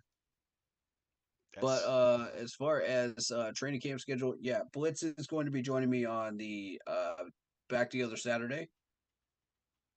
So if that interests you, that's where I'll be. Let's see. As well, I've heard a few streamers are going to be there as well. So on the 20, what is it, 29th? Oh, I can't do July, due to GalaxyCon. You can't do July at all. Yeah, so it will have to be any of the August dates, because Okay. of Okay. GalaxyCon. I do encourage you to come out for the joint practices because those are fun. At least one of those.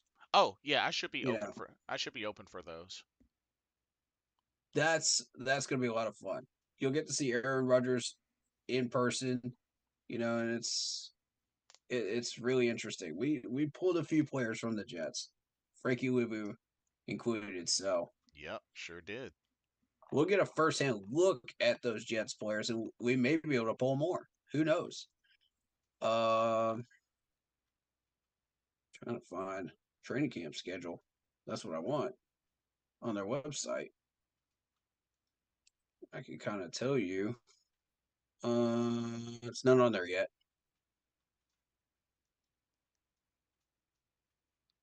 Which is weird. We'll check the news. Yeah, it should be in the news section. Let me see. I'm looking for it as well. I was going to show those dates on stream. I just messaged you. Oh, perfect. Mm-hmm. That's what I'm looking for. Okay.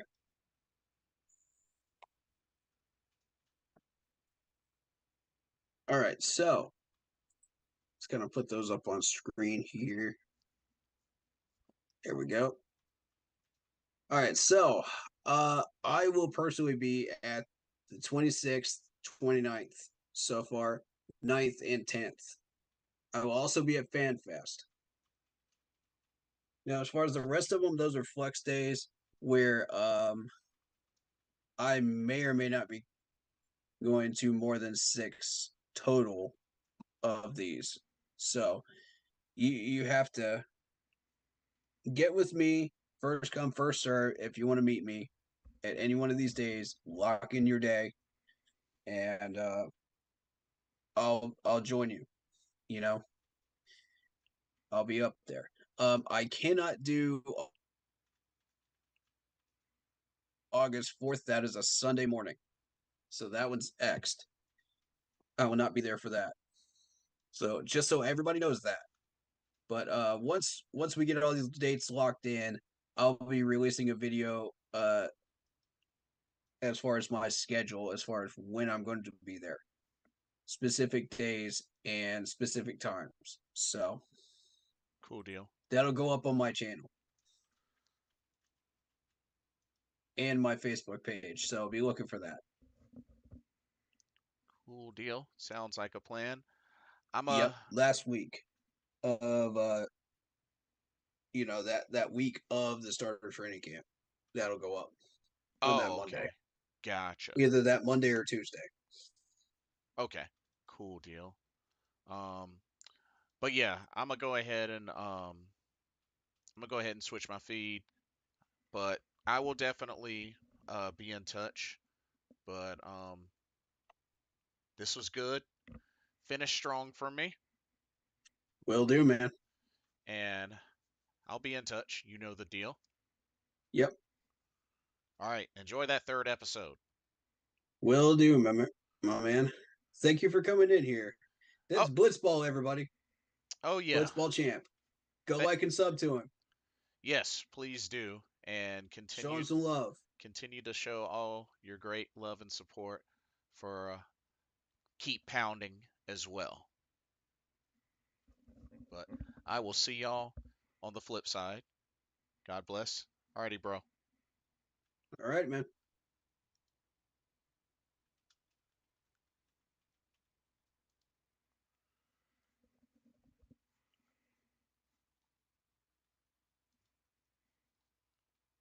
Okay.